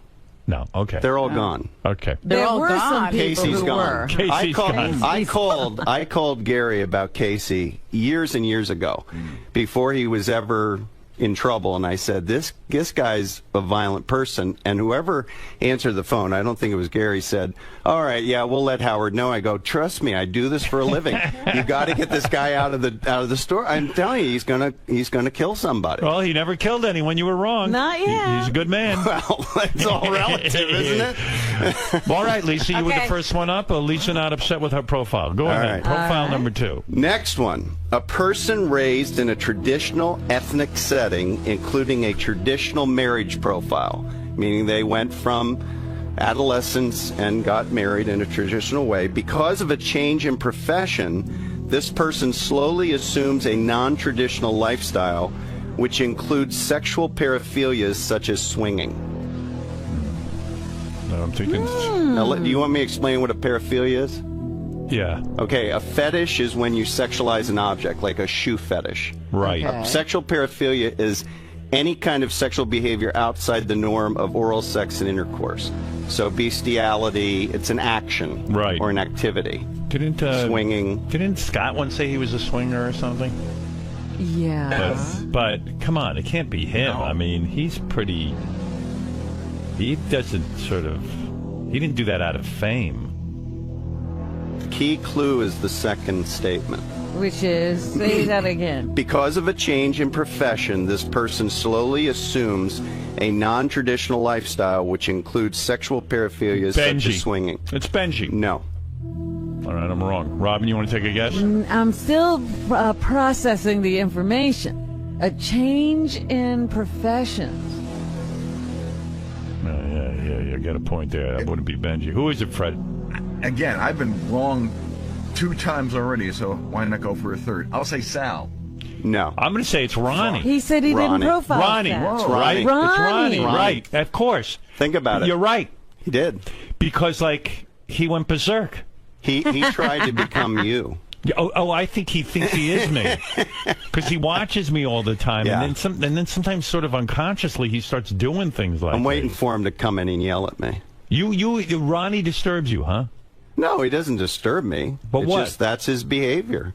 Say it again, what his behavior is. He went from a traditional lifestyle, Right, he was a marriage limo profile, driver, he had got divorced, right. Is now dating very significantly younger people. Right. He's hanging around in strip clubs. Right. And obviously a swinger, in my opinion. Right. I think he profiles as that. Right. So he went from a traditional lifestyle to a very untraditional lifestyle, which includes sexual paraphilia. Right. Wow. Well, that's good. That's Not a bad guy. It's just who he is. Yeah, okay. That's who he is. So, you're in law enforcement. Is he qualified to be my bodyguard? Don't even start with that, because I will go off. What do you my mean? head will pop off my shoulders. Whoa. Seriously. I sit there listening every day. Go ahead. Since '85. That's a long time, right? Right. I take it very seriously when someone says, I'm going to protect someone's life. Now, you and I are dads. I have 2 children, daughter and son. You have 3 daughters. You're married. You have a wife. Right. When you're going to take responsibility for someone's security, you need to have proper training. Right. Whoever trained him ought to be shot. I don't know that he ever had. Well, he says he had training, and I've watched his behavior. For example, Elliot Offen was freaking out one day years ago, and Ronnie's standing there with his hands down at his hips. Right. First rule in executive protection is you keep your hands at your heart. For two reasons. One is where your arms are strongest, and secondly, you prevent yourself from getting sucker punched. Right. So right there tells me he wasn't properly trained. Are you a trained fighter? Oh yeah. Well, I'm a Matu Guru in Filipino Kali and a Sifu in Wing Chun Kung Fu. No shit. Well, that's how I met 𝗦𝗵cie. I had no idea who he was. You're a Sifu? 𝗦𝗵cie is into Kung Fu? Oh, I'm not a Sifu. You have a brown belt. Seafood. I do. Well, I was on my way to a brown. I know a 5-year-old girl who's on the way to her black. Listen, all right, take it easy. Don't even get me started on that either. Ronnie, come in here and defend yourself. Here we go. Jail says you are not qualified. I've got a question I can ask him to prove my point. Okay, good. Because he won't get the answer. Where is Ronnie? What are you going to do Bring him in Howard? Here. Nothing. What are you talking about? I eat seafood. Howard Ronnie tells me he's qualified. Well, okay. Where is he? Where is he? He's so funny because he's standing there. They got the camera on him, right? Yeah. So I said, is he going? Is he going? Yeah, he's going in. So he starts to walk here, and then he just makes a left, and I'm like, Ronnie, and he just didn't answer me. Well, so why won't he defend himself? I think somebody just got here. I think maybe so. Let me go check. I'll get him. All right, go ahead. You think he's busy? You think he's busy? But it's weird because I know he heard me. Well, he's an angry guy. My issue with him is this training issue. Right. Take it seriously. You're protecting people. I ran an executive protection team for Capitol and A&M Records back in the 80s and early 90s. We dealt with death threats. So if a recording artist had death threats, we went and took care of that, worked with local law enforcement. I've done that. It's not like theory to me. Dale's challenging that you don't have enough training. What do you think of that? Whatever you say, dude. You know, it's okay. Well, what are you getting all bent out of shape? I'm not getting bent out of shape. Why don't you talk to him about it? The guy has his opinion, and I'm fine with it. I got nothing else to say. You said you had a question for Ronnie. Yeah. He won't answer it. Oh, he'll answer it. Sure he will. Any executive protection profession would know this, Ronnie. Yeah. What does every executive protection or bodyguard carry with them at all times related to gender? Related to gender? Yep. Ronnie don't even know what gender means. Tampon. Yeah, tampon. Mouthwash? Tampon. Actually, a tampon. Ron, do we know the answer to this? It's a tampon. It is? Yeah, you plug up gunshot wounds and knife wounds with it. No shit. It'll stop Are you people. carrying a tampon? Well done, right friend. now? Tampon with you? Yeah, I have a tampon. I carry one all the time. But wait a second, that is a good point. It'll In other stop words, bleeding, yeah. If somebody gets hit... Yeah, you plug it up. It's sterile. What do you think of Ronnie's going to that? be standing there I with think his it's great. finger. Should always carry those with you. I carry a sanitary Have you belt. ever taken any kind of course in protection or... I got to guess that. No, seriously, have you? That means no. There he goes. That means no. It means he has no training. He's not a bad guy. He's not a bad guy. I don't Where's think he's a your bad tampon? guy. I'm not saying I'm a bad I just wish you guys If he's had unhappy, let him training. get somebody else. It's fine with me. Well, Where's I'm your not, I didn't tampon? say I was unhappy. He's I was not just, unhappy. why Why didn't are you answer you the fucking question? grilling me like this? I'm Why are you putting me curious. up against the wall? I'm curious. I fucking protected your life. You remember that? That's okay? right. But why are you being uptight now? What are you busting my balls for? Who's busting your butt? Wow, It's like what a pulling baby. a pin on a hand grenade. Wow. So what do you make of that, what you just saw? He's upset. Why? He doesn't want to be held accountable. He does not like to be held accountable for anything. Why is he so ashamed to answer your question? Not ashamed. He just doesn't feel it's beneath him, I think. That's how he profiles. You're a profiler. I'm asking you your expert opinion on what you just saw. Is he too hot-headed to be a security guy? Well, you remember the movie Roadhouse? Yeah. And Patrick Swayze's character says, you don't have the temperament for the trade? Right. That's my answer. You can't be a hothead and do this kind of security work. You have to be very calm, very relaxed. You got to be able to calm people down, not aggravate them. Right. But I don't know, with him it's hard to tell what's shtick and what's real. Because when I met him, I don't think there is shtick. No, I don't think that was shtick, but it's hard to tell. So you got to be calm and you got to carry tampons. And he doesn't he doesn't do either one of those. Think about it. Think about it. He's bad at both. How of are you them. going to stop the bleeding? It's it's an age-old technique that's used by everyone. Yeah. And so, wow. Yep. Ready for the next one? Do you have a tampon on you now, or are you not working right now? No, I'm not working. I'm Go ahead. All right, give me another one. Boy, that was a good one. All right. Because of a neurotic parent, this person developed sexual paraphilias. But after this period of time in their younger years, this person sought out a flexible mate who allowed some of their deviated sexual behavior, eventually created a traditional and stable lifestyle to counter the emotional chaos of their childhood. I always wait to see me in this, but that's definitely not me. Yeah, you didn't have a neurotic parent. Well, I had neurotic. I had a neurotic parent. I probably too, but I'm saying I didn't. That could be Gary. That would be my guess. She's right. It's Gary. It is? Gary, yeah. But Gary didn't. You said the sexual thing. He sought out a partner who would be flexible with his deviated sexual behavior. Yeah. I don't see Mary. He didn't stop. I don't think that Mary's that flexible. He I'm didn't not sure I understand that. In my opinion, he didn't stop what he was doing when he was dating. We know all those stories. Right. When he got married. This is not reality. Oh. But like, what do you consider deviant sex? Anything other than, it's not deviant, it's deviated. What is it? So what does that anything mean? outside of oral sex or intercourse is considered a paraphilia. Now, some are good and some are bad. Bestiality is bad. Anal sex can be good or bad. So is a hand job considered? No, that's considered part of foreplay. So what would be some of the things that would be anal sex? Keep going. Urine, peeing, spanking, something. I think I think he's a little off. You do? Yeah, I mean. Yeah, but maybe you were. I think you thought Mary was doesn't mean wild anything sex. bad about your wife. I don't think I even talked about doing that stuff when I was that's not stuff I talked about doing on the air. Now maybe you think that because of my personality you see that, or is it something you heard it's just that whatever. The only two things I ever talked about on the air that were weird like that, I guess, were anal sex and the girl who threw up. Right. Yeah, that was. And what about? And by the way, what about the pornography that you watch? Well, that is more of a joke. Oh, it's really? Yeah. Okay. All right. No, that was. So everybody seems to be You've watched no deviated sexual behavior pornography in the last 10 years in your personal life. Of course He I do. loves I think everybody watches deviated. He's very close to Animal. Doesn't make him a bad person. I'm just saying that I mean, he's like an animal. I mean, when you have a neurotic parent, it's going to affect your sexuality. I see. I will be upfront with him in the sense that. By the way, I admire you for not getting defensive. Ronnie got so defensive. No, I'm up for talking about it. I mean, wow, when he was talking about it, I go, I think that sounds like me, but I don't know about the deviated sexual thing. But like, Let's go to one more. Let's go to another one. right. Stay in here for Gary. See if you can identify the person. Go ahead. All right. So, grew up with a neurotic parent. This instability led to sexual insecurities and substance abuse.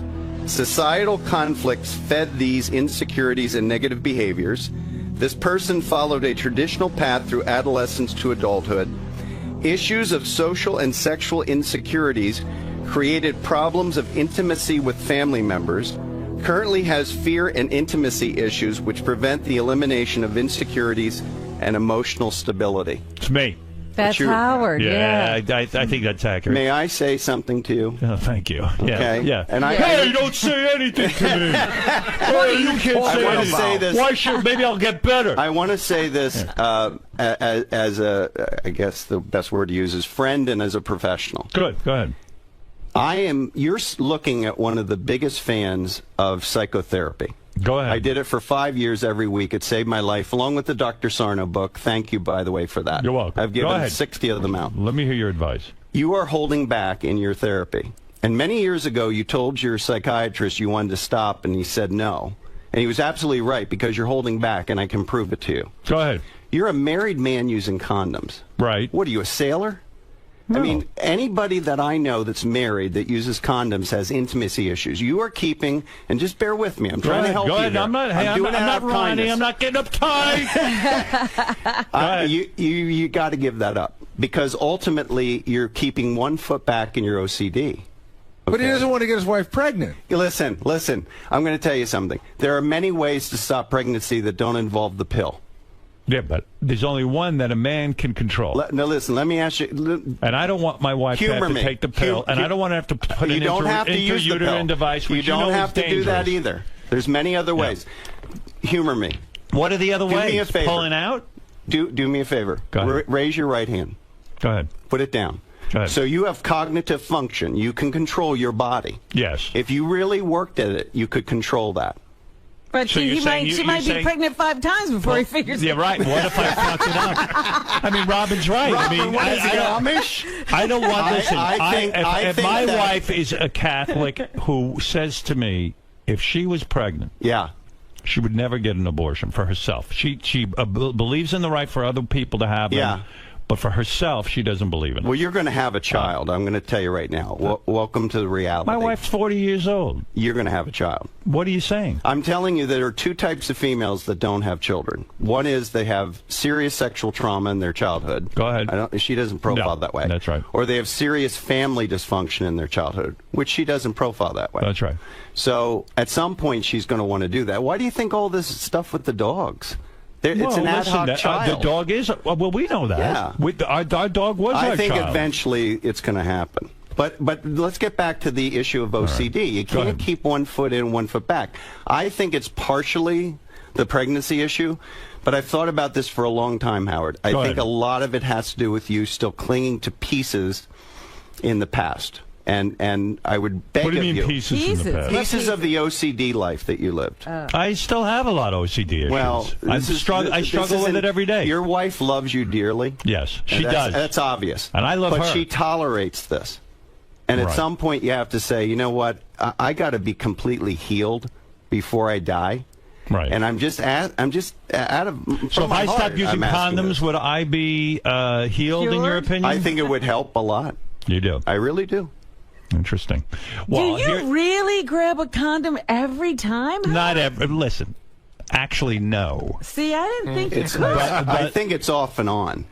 That's right. But don't toy with that. But for the most part, I am very consistent. But in psychotherapy, you can't hold back. It's an excellent. If you have the money and time. But I'm not holding back. But how do you know I'm holding back? That shows holding back if you use it. Do you still use them? Yes, of course I do. That's our birth control. Not for married people. Gary. I used condoms when I was married because my wife was on the pill and she didn't want married. to. I mean, exactly. But it's a Freudian slip. Freudian slip. It was like a health thing. My wife got to a certain age where she didn't want to take the pill anymore. Right. So does that make? So you use condoms, right? Right. And you use them. And I would. You don't use them now. Sometimes. But what do you mean sometimes? Yeah, see. Sometimes I don't. And both of you have something in common. My dad used condoms. Both of you have something in common. Yeah, the first line for both of us was parent. Right, yeah. That creates sexual issues and sexual intimacy issues and germ issues and all that OCD stuff. How does it? What would Dr. Sarno say to you about that condom use if he was sitting right here? He'd say you're smart. your wife and you don't want to have a kid, so why would you use a condom? But we don't want to. Most married couples don't use any contraception. Not true. I don't believe that's true. Well, I'm telling you right now. So most Catholic people who don't want to have not Catholic people who don't want to have kids who are married. I don't buy won't use a condom. You don't think? No. I didn't say that. I said most. If you look at the studies from the federal government. The dirty little secret is that about 70% of couples, after they've been married 20 years, do not use anything at all. They just pull out or finish when they're outside. Huh. Maybe you're right. I don't know. But I'll be open to that. And you understand, I'm saying this out of kindness of my heart. I'm not taking offense. I think you've made great strides. Right. And I'm not taking offense at it, but I know my dad used condoms. But ask yourself your question: dad, are you keeping your foot in the back, still back in that world? My dad looked at me and said, "I don't want another one of these." But see, I'm in the same boat as you. Whereas Mary said, if I were to get pregnant, I would not have an abortion. Right, So and to you don't me, want another kid. Yeah, so to me that says, well, I don't want to have another kid. So you But put a why did you condom on. grab them sometimes and sometimes not? Because I'm like a monkey and I can't. Yeah, but the two of you. But think about this. But think about this. Between the two of you, how many children do you have? 5. So between the two of us. Yeah. So you've produced good-looking, smart children that are very stable people. Right. So there's no reason why another one, whether you want one or not. Well, I understand that. But you have to raise a kid. I understand that. It doesn't happen by accident. At 52, I think it would kill me to try to raise a child. Exactly. It's a very what we're talking about is a very selfish act. It's not about what I would produce. It's about me. I'm 58 but years old. The issue of condoms does indicate. And I'm not alone in this, that there are intimacy issues and contact issues. And you really have to ask yourself, does my wife tolerate it, or and because she loves me, or am I clinging still to something in the past? One foot ahead, I'll one consider foot back that. is not I'm not going to good. be like Ronnie and fight you, man. Did you see Ronnie run out of here? Yeah. Let me ask you something, Howard. Does Beth ever object to condom use? Sometimes she will, but for the most part, she's like, she agrees with me that she doesn't want to take the pill. Right. Yeah, but I mean, there are other ways. She does object. as he said. Occasionally, but not often. But sometimes she does. Sometimes one objection is telling you what's going on in the unconscious mind of your wife. All right, okay. All right, well, maybe you're right. And you know what the thing with you, the two of you, is it's very obvious, professionally, that she loves you. Yes. This is real. Oh, I believe so. And you're very blessed to have that. And I love her. Yeah, I know you do. And by the way, I'm a terrific husband. Sort of. You are. Well, I am, right? That's another. Gary thinks you're a terrific But husband. Gary, that's another issue with Howard. One of my fears is that when you stop this, the radio show, please make it happen soon. Listen, well, I know why you signed up, and it had nothing to do with the radio show. It had to do with these people that you feel responsible for. Thank you. But the issue is, I'm worried you're pseudo-agoraphobic at this point. You just don't. You live in a bubble, right? And I see you doing a Howard Hughes at some point. It will happen. Yeah. See, can I say something? Well, she will definitely object to the Howard. nails. Can I say something about that? I thought Howard lived in a bigger bubble 15 years ago than the one he lives in now. Yeah. Howard's more willing to go out and talk to people than he was 15. Bubble. Oh, no doubt. But the bubble's gotten bigger. The profile is right. When have you been outside the country in the last 10 years? Oh, Never please. forget it. That ain't happening. I'm talking about Canada or the We're Caribbean. talking. My wife and I are talking about taking a trip to Italy. Well, they always talk about it. They've been talking about it for 3 years. I thank God that the reason we didn't go this year is because our dog was old. Yeah, but what about last year and the year before that? But now I have no more excuses. Howard, go to Italy and leave the condoms at home. This would be good therapy for you. Yeah, and have a baby? No, he didn't say have a baby. Well, I mean, you know what? My wife is hot. You have control. You have control. You ever hear of dribble? You have control. You know, guys who pull out. There's no sperm in the first part of that. No, wait a second. When you're fucking, sometimes you have he pre-cum. wants you to have a baby. Get clipped. Get clipped? Are you crazy? I'm not letting anybody touch my balls, but they can find them. Howard, was your last trip out of the country was not to the Cannes Film Festival, was it? Could I be. went on vacation somewhere, by Mexico, but I'll never go there. But he's like outside of the Don't go there. continental. No, I'm not going to Mexico. We just rescued people from Mexico. Don't go to Mexico. I've gone to a few resorts, but it's hard. It's almost like being in America. Yeah. You know what I mean? It's the safest thing you can do. Was that your only trip ever to Europe? No, I've been to England with Robin, and Yeah, with the That was a long time there ago. a couple of times. Yeah, 100 All right, years you ago. want the next one? Ken, go ahead. You're on the air. Here we go. Yeah, here we go. Go ahead, Ken. No, I like this guy a lot. I don't necessarily agree with the using condoms because, you don't want kids, Right. But this business with Ronnie, and he really makes the point. I've called Ronnie out twice on the very issues that your good guest here has called him out on. And he'll shout me down, and he'll go ape shit on a caller but he cowers in the face of somebody who might know what he's talking about, or Ronnie possibly has a glimmer of belief he knows what I he's saw talking Ronnie about. get very intimidated by this gentleman. Yes. I saw But Ronnie run out of the room. You chased him right out of the room. But a caller, he won't even let you get a word in. That's his thing. He yells over you. Yeah, and that just shows he's insecure. But he's not trained. He is a hothead. How many times have you talked about incidents on the road? Listen. I don't know why he was so afraid of Dale. I would answer Dale's questions. I'll answer Dale's questions all day. I ain't afraid. I mean, I just want him to, as a professional, because he does care about you. He loves you. But go get the training. Right. I mean, I was just in Brooklyn last year with my VP, Keith Instead of going to strip clubs. training air marshals in tactics. Right. And those guys were 26 years old. I'm 52. We were throwing them around the room, and they were like, we really need to know how to handle people. I mean, I do this for a living. I've done it for real, and I'm just asking him to get his training. I think you were absolutely on target. Say, hey, man, go in for some training courses. Why was the guy so frightened of that? I don't know. Howard, I don't even think he loves you that much as you're saying. I think he loves the life. He loves the life. No, he loves Howard. He's very loyal to him. All right, let's go to Megan. Megan, go ahead.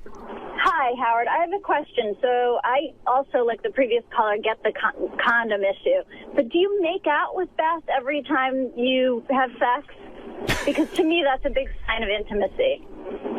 I don't want to talk about. I don't want to talk about my specific sex of my wife. They're very loving. They're very loving. Do we have foreplay? Yeah.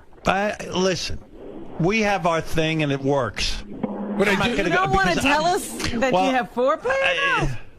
Of course, we have foreplay. But I do find it interesting, Howard, that you will talk about sex. You'll talk about sex with Beth, but you won't talk about making out with her. Right, which is no. Of course, I make out with my wife. What are you kidding me? Well, then answer the question. What are you making a big deal about it for? So if we don't make out and we don't have foreplay, let's say we just fuck. What are you saying? There's an intimacy problem? No, no, absolutely not. They're missing the point. What is the point? There's three types of sex. There's everyday sex, there's quickies, and there's the romantic stuff that goes on for 2-3 hours. Right. So that all is relative to. So if it's all there in some sort of combination, okay. I don't think you have that issue. Are you worried? My goodness. I'm not worried about anything. I'm having a good time. Howard's having group therapy. I'm enjoying my life with my wife. I hear Fred laughing at all this. What is this? I'm not laughing about that. Sam, go ahead. You're on the air. Thank you, Megan, by the way. Sam, go ahead. You're on the air. Yeah, Howard, hi. If your wife is ovulating and you have sperm, you didn't have a baby. That's I don't care what, if you had a childhood trauma or your family doesn't like you. This guy is crazy. Don't listen to him. Well, that's what I mean, condom. I mean, I don't know. I was raised that you use a condom, but what do I know? Yeah, All but right, your listen. dad could have had the same intimacy issues. All right. I got 2 more. You do? Oh, yeah. All right, because I got Will told me 6. I didn't realize Jeff was It's up here. to you. You tell me. What do you got? You got one more good one? Give me one more good one. One more good one. Give me one more good one before we say goodbye. Let's see. One more good one. Okay. Ethnic issues and family dysfunction led this person to serious social interaction and trust issues from adolescence to early adulthood. This person eventually developed a stable, traditional family life to counter the issues from childhood. Has created an area of their life related to art to express their analytical mind and emotions. Fred. Yeah. Wow. Say it again. He was what? Because he's got a lot of... He wants anal intrusion in that.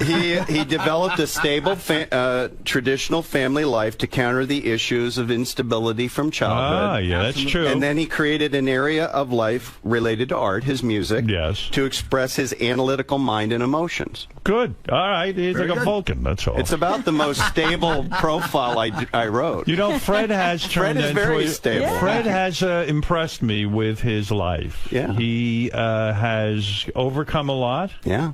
I'm like one of Jerry's kids. Well, no. Your success. He you went to overcame camp and you came out good. He overcame a lot. Mostly, when I say a lot, I refer to me and my interaction with him. He overcame that. And he overcame a tough family life. And you're right. He has a very sort of stable existence. And has exemplified someone who can overcome a lot of adversity. He's created a very stable life for himself. Well, and Dale, I knew tampons were good for gunshots. yes, true. Yeah. Good for you. That was Came an accident. up with that right away. Anyway, Dale Yeager, you've been a fascinating guest. Thank you. I'm glad you came by today. I learned a lot about Ronnie.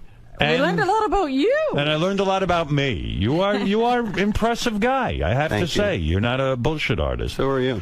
Thank you to Wolfie for bringing you by. Where is Wolfie? Wolfie, say a quick hello, and I know he came up Profile Wolfie. Yeah, well, Wolfie. Dale Yeager's book, 3 Myths About Bullying, What Every Parent and Grandparent Should Know to Protect Their Children and Grandchildren, is available now at Amazon.com.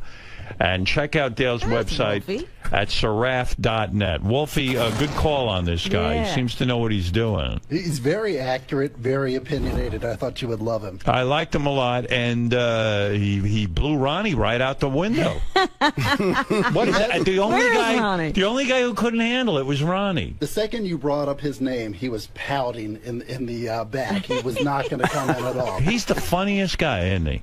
I think it's security issues. I mean, security issues, obviously. He's worried that he doesn't do a good job, and I think the spotlight was put on him today. He couldn't handle it. Definitely. Couldn't handle it. Wow. Well, Dale, you know your stuff. Thank you. And thank you. And Wolfie, later on, I'm going to be playing a interview that Wolfie did with Chick-fil-A. Very interesting stuff about Chick-fil-A. That, I'm watching this guy Huckabee on Fox News. And what a character. I mean, former governor. I wasn't pouting, by the way. What was that? Now he's back. I wasn't pouting. Oh, here we go. You ran out like a scared baby. What I'm not happened a to you? scared Everybody's baby. here talking to the Yeah, guy. good, You I'm ran glad. out. You can all talk to him. It's fine. I You don't asked have, one I question, don't you have ran to talk right to him. out of the room. I don't have to talk to him if I don't Why want are to you so talk to him. defensive? I don't have to. I'm not defensive. The guy made a good point. He said he liked you. He said, hey, if I Good, was I'm glad Ronnie... he likes me. I'm happy for him. He says you should once in a while take a training class. He doesn't know what I do. Well, he was trying to ask He you, has no and idea you what ran I do. right And I out of don't the have room. to tell him what I do. Ronnie, what do you do? It's not his business. Well, what do you do? I don't do anything. Do you ever do you I have don't a training? do anything. Do you I go don't to a do training? anything. If you're not a happy person with me, that's the main line here. I'm if happy, you're not but happy do with you me, do any all training? you have to do is say goodbye. It's easy. Okay, it's very easy. But that's not the I don't point. Why need are to you explain getting attacked? I don't need to explain myself to this man. He just is said- nobody to me. Wait a Don't second. you understand If a that? guy walked up to me and he says, hey, I think you and your wife using condoms shows a lack of intimacy. I said, let me consider that. Let me hear what this... He's a guy, he's a well-versed in this psychology stuff. I'm happy for him. So I go, okay, let me think about it. I don't think it's accurate for me. I don't think I have an intimacy issue, but maybe he's got something there. I'll consider it. So the guy says to you, hey, I know Ronnie's in security. I've done all of this stuff. Right. Ronnie, I've offered many training classes. What type of training do you take, or do you take any? And you're like, fuck you! You're not happy! Fuck you. You're like, I you're said not fuck happy you. with me. Get rid of me. You're so defensive, dude. Why don't you just say to the guy, have Why a are you conversation? so angry? What are you so angry with me about? I'm not angry Look with at you. You're blowing up here. Why are you blowing because up? you're weird. I don't have to talk to this man. He's No one not said part you of my have life, to. and I don't want to. No one said you have I to. don't want to. I'm wondering why you're so afraid to talk to him. I don't want to talk to him. Why? I got no reason to talk to him. Do you respect or his him. credentials? But Ronnie, I have no reason to talk to him either. But Ronnie, professionals talk to each other about I don't training. have, sir. I don't have to talk to you. No, you don't have and to. I don't want to talk to you. I wasn't trying to have a conflict Okay. with you. I'm not trying to have a conflict. Do you I just see don't you want get to. into I just don't want arguments? to talk to you. Ronnie, don't Plain and Understand me. simple. Why? Wolfie, I'm not talking to you. You're being a baby. There he goes. He's going to throw the headphones No, I'm down. not throwing anything. I don't need to talk to either one of them. What does he But know? why are you What does he know about me? I mean, you don't have to talk to anybody, but why are you afraid to talk to these guys? I don't want to talk to him. Why? Okay? Can you tell me why? I just don't feel like it. Some people you do talk to and some you don't. Yeah, well, I talk Why to who I these feel two? like talking to. Why these two? Okay? And it's like every time that one of these things comes up, it's you who likes to fucking put me on the burner. Me? Yeah, the guy, and you're happy to do it. The guy put me on the burner. You know Do you see me getting upset? No, but you're happy to do it because you know it riles me up. But what okay? about me? And you He love just doing put it. me- he just put so me on the burner. If you're happy, I'm happy. But if you're not happy with me, then we got a problem. Did I say I'm? We have a real Do you problem. see what you're doing? Do you see what you're doing? No, I'm not doing anything. You're trying to create something between me and you. The guy walks in. He did a profile of everyone. You're the only one upset. Profiled by him. You're the only one I've upset. been doing a fucking job here for 27 years, dude. I don't need him to tell me anything. No one needs any of this. It's a show. Why are you getting so upset? If I've been doing the right thing all along, I don't understand why I have to answer to him. Man, are you fucked up? Yeah, I am fucked up. You're afraid of talking to a I guy. am fucked up. You're afraid of talking to people. I talk to who I feel like talking to. And if I don't feel like talking to him, Roddy, I talk to my own psychiatrist or psychologist. But what if you learn I don't need to talk to this guy. What if you learn he knows something? nothing about me. Nothing. He comes in here and he thinks he knows about me, but he knows nothing about me. Roddy, I'm not a fucking swinger where he ever. He said he doesn't. He asked you a question because he doesn't Where that comes from in his head. That never happened in my life. Being a swinger. Where does he come up with shit like that? I don't have to listen to this man. I don't know, man. All right, and I'm not walking out. Wow. I'm just telling you, I don't have to explain anything to him. To me, he's nobody. He's just another person on the street. You sound awfully defensive to me, dude. Well, I'm sorry. Wow, Maybe you should consider getting somebody else to work with you. Why do you always go there? Now, do you why not, are do you you not want to, firing do you, yourself? do you want to fire yourself? Obviously, Then quit. obviously you're not happy. You're firing yourself. If you I'm keep happy. bringing people in to try and fucking pick my head. I didn't bring this guy in for you, Ronnie. That's another fucking weird we didn't thing know with who you. he was going to profile. He just walked in and he came in and he said he's a profiler. But why do you have to keep? Why do I have to come in and defend myself if I Why don't do you keep want to? quitting your job? I'm not Do you not quitting. want to do it? I'm not quit. I didn't say I quit. I never said I was unhappy with you. Then why are you hearing that? Why do I have to talk to this guy? You don't have to, but why are you so do I afraid? have to defend myself? Why are you so to him? afraid? Why do I have to defend Same myself? reason we to him? all just did. I don't want to. That's my prerogative. I don't have to fucking You're talk afraid him. to talk to him. Okay, if that's Admit what it. If that's Are what you say, afraid to talk to him? No. Then I why have won't no you talk to reason him? to talk to him. I have no reason to talk to this man at all. So, Ronnie, you want to be a part of the show sometimes, but don't not have all the any time. reason to talk Will to you him. tell us when you don't want to be? So sometimes, like Robin says, you want to be involved with the show, but sometimes you don't. So we're supposed to figure out when you want to be in the show. I You like came doing in, Ronnie's I block said I got party, nothing right? to say to him, and that's it. You like Ronnie's block party. What does that have to do with It it? has everything to do with it. You want to participate sometimes, I participate but other all times the time. you I won't talk came to in this guy. I have nothing to say to him. I think He wants to talk to you.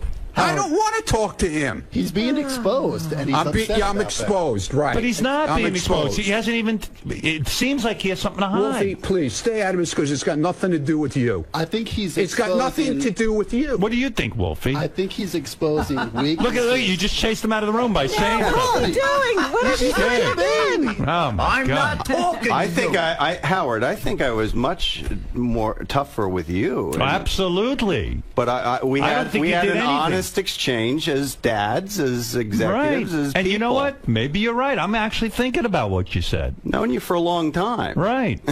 So, trying to help. I'm not threatened trying to be by helpful. you. This No. fucking guy is so threatened. Professionally, All you had to he do was could help talk to Ronnie. me. He could probably help Ronnie. No, out. I'm not a therapist. No, professionally in terms of his job in security. Yeah, which is all I'm asking is say, hey, professionals talk all. I was talking to one of your security guys out there. He's NYPD detective. I train NYPD detectives. We talked. We had a nice conversation. Might learn something. Right. Might not, but you don't know.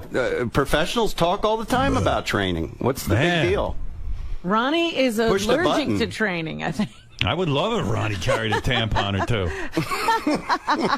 I mean, he should have a utility belt like Batman. With all tampons. His bullet holes, holders are tampons. But it also seems like Ronnie wants to be a part of the show. He's on the wrap-up show every day. He runs in there. Right. You know, He's always got input to other suddenly things. you show up, and now he doesn't want to be part of the show. I think Ronnie, like in my profile, was drug into this character position on the show. I didn't drag him in. No, it happened organically over the years. He's pacing the halls. Look at him. He's all upset. Have they got a camera on him? Yeah, look at it. They're There he stalking is. him. He's all upset. He's being stalked. Man, I can't believe it. He's still yelling. It's funny. Like, you didn't even get out half a question, and you fucking leveled the guy. He's the first person to get upset if someone's not a team player. Right. So you challenge him, and he runs away like a baby. He wasn't being a team player. He's always blaming Lisa G as not being. Everybody else engaged with me, which everyone, was good. even Lisa G engaged. Yeah, I wasn't being judgmental. I'm just talking about profiles. That's all. Yeah. Hey, you chased him right out of the room. It was weird. Now I have to deal with him out there. Yeah, he'll be fine. But is he the most volatile person here? I guess so, huh? The most volatile? You know, but like, don't go on the wrap-up show and be part of that, and don't be on part of the block party. Yeah. Don't be part of that, and then all of a Well, sudden he certainly piles on when somebody else is getting, you know, what they consider like a rough time. Right. But he doesn't like it when it's him. Yeah. You Robin's chased him right out of the room. Right. You didn't even say anything to the guy. All the volatile people were fired over the last couple of years, so you're safe. Right. He has opinions about people that worked on this show in the past. Yeah. That's a whole nother story. Well, hey, another day. Another day. I like I'd love when to you come back. Hey, Howard, Did you know it was Tim who shit? You knew right away. Right? Howard, I got to tell you something funny. Yeah. I'm on the Amtrak train yesterday coming from Philly, and he was in my car. No kidding. You're kidding. Yeah, he was all wired up, and he was in flip-flops, and I didn't get to say hi to him because, you know, I was hoping he wasn't using the bathroom on the train. So. I was going to have Ronnie judge the beauty pageant tomorrow, but maybe I shouldn't because he doesn't like coming in here. Yeah, he might get dragged into something he doesn't like. All right. Anyway, listen, Dale, thank you. And we'll check out your book, 3 Myths About Bullying, What Every Parent and Grandparent Should Know to Protect Their Children and Grandchildren. It's available now at Amazon.com. Check out Dale's website at saraf.net. And Wolfie, thanks to you, and I'll get to your stuff later on. Wolfie's been checking in with lots of good stuff lately. Yes. And we'll be back right after these words. I wanted to... to get to more, but I got Jeff Ross here. I would have. I know you don't like shaking hands. So. Well, yeah, because I got intimacy. If I could put a condom on my head. Why don't you get the torch? I'll just wait. You've been working. Good. Yeah. You're doing some great stuff for us. Thank you. Yeah. I appreciate the opportunity, and there's some cool stuff coming up in the next 5 weeks or so that I'm going to do. Now, what do you do? You guys do martial arts together? What'd you run out of the room for? What's wrong with you? He teaches my son. My son's 5. What does he teach him? Martial arts. Oh, martial arts? Yeah, I just... Well, I have a part-time martial arts club, you know, and it's my decompression. Is that how you guys met? Yeah, his son's in our kids program. He didn't even know who I was. I had no idea. My son told me. that's funny. I go, that's not true. He goes, yeah, he's Wolfie. I go, really? Yeah, so that's how I met him. Wolfie's a good shit. He's a good guy. Thanks for having me on. I'm not interested in you. Stop taking my picture. Thank you. Go look at Hein. I could give a shit. I enjoyed him, and I thought, you know, that was good. There you go. Cool. Appreciate it. I don't know that that's wrong. That could be an intimacy thing. Pulling out is way crazier than whatever intimacy issue. I don't want to have another kid. I don't. I mean, I don't know how else to do it. Call it whatever you want to call it. And condoms just don't bother me. Well, they bother me. That's a problem. And it doesn't seem to slow me down. Dale. Hi. Your analysis, sort of as predicted, caused a bit of controversy, especially with the man leaving my frame right now. Why do you think Ronnie became so defensive? You know, he doesn't. Some people don't like to be profiled. I mean, it's a very uncomfortable thing. He says I'm inaccurate. I don't think I'm inaccurate, but when he came out here and he was upset But he said, "Who are you? What are your credentials?" What if you were to tell him? If you were to, I train the interrogators for the Army, Army intelligence officers. I train DEA agents, Secret Service. I went to the Federal Law Enforcement Training Center. I'm a Justice Department trainer, so I've done this. Done it for a long time, 22 years. You're decorated as far as protection and psychoanalysis of criminals and things of did it for a long time. What does Ronnie do well? Has there anything you've noticed that he does He's well? very loyal. I mean, he's very loyal, and he does pay attention. So I actually said some positive things about him, but I don't think he heard those. What are some of the other negative things he does? I know you mentioned he keeps his hands in the wrong position.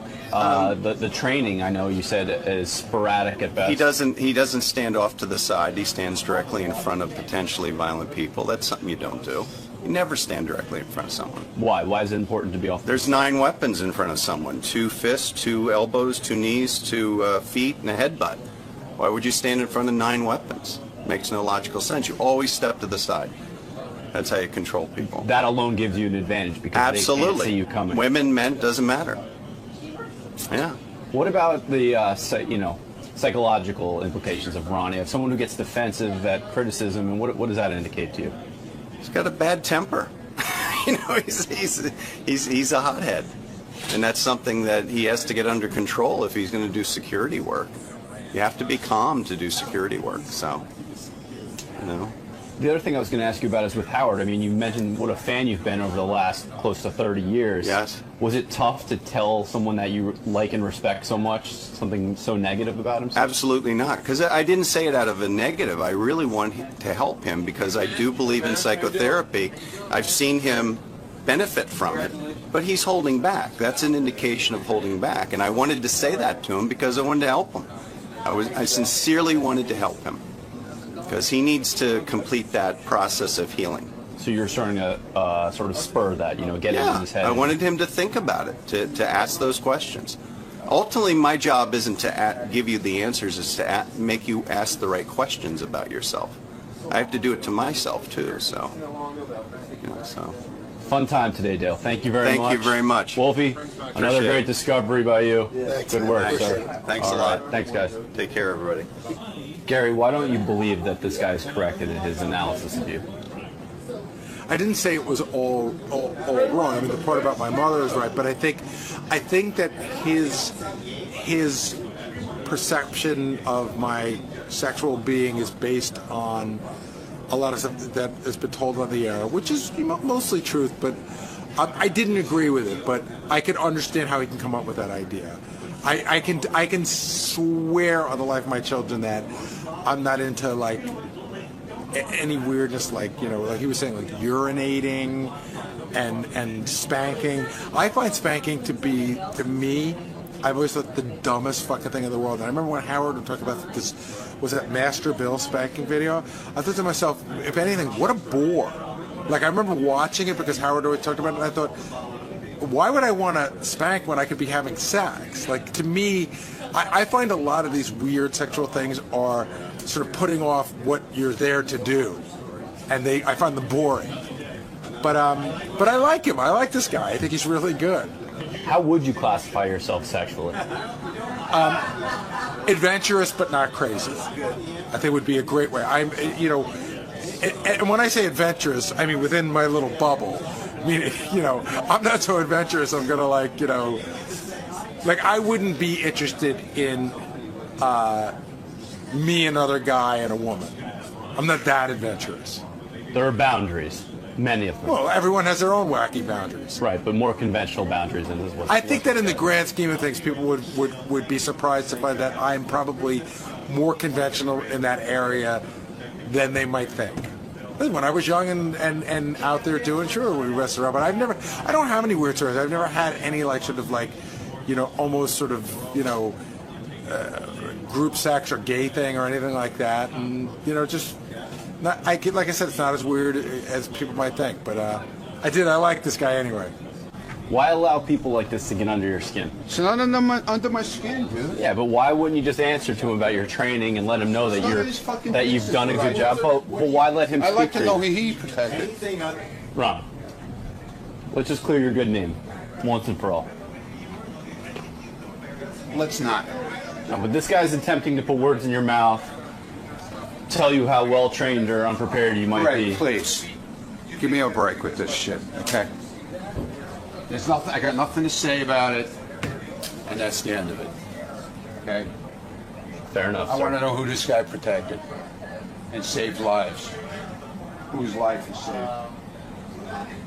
Are you implying that you've saved lives? Speak with words. Have you saved a life? What's that? Have you ever had to save Howard's or anyone else's life? Read the newspapers from back in the 90s. That's all I keep saying. Okay. I'm going to break out my 𝗦𝗵cie𝘄. I'm going to look that up. Be back in a little bit. Ron, why don't you want to talk to this guy? I got no reason to talk to him, and that's it. Goodbye. You know, what the fuck? But it's making you look worse by not... I don't care. This guy means nothing to me. Wolfing is a piece of shit under my shoe. He shouldn't even be in there. He's got nothing to do with this. Because he brought a guest in? He shouldn't be in there. He's got nothing to do with this. But why not clear your good name? Why not? Oh, Greg, stop it with your nonsense already. Stop with the clearing my good name bullshit. All right? God, you guys are fucking unbelievable. What about him makes you not want to speak to him? Because you'll speak to other people like Howard says. You pick I got and nothing choose. to say to him. Why? Why him I specifically? got nothing to say to him. What don't you like about him? Oh, God. Jesus Christ, man. Give it a rest.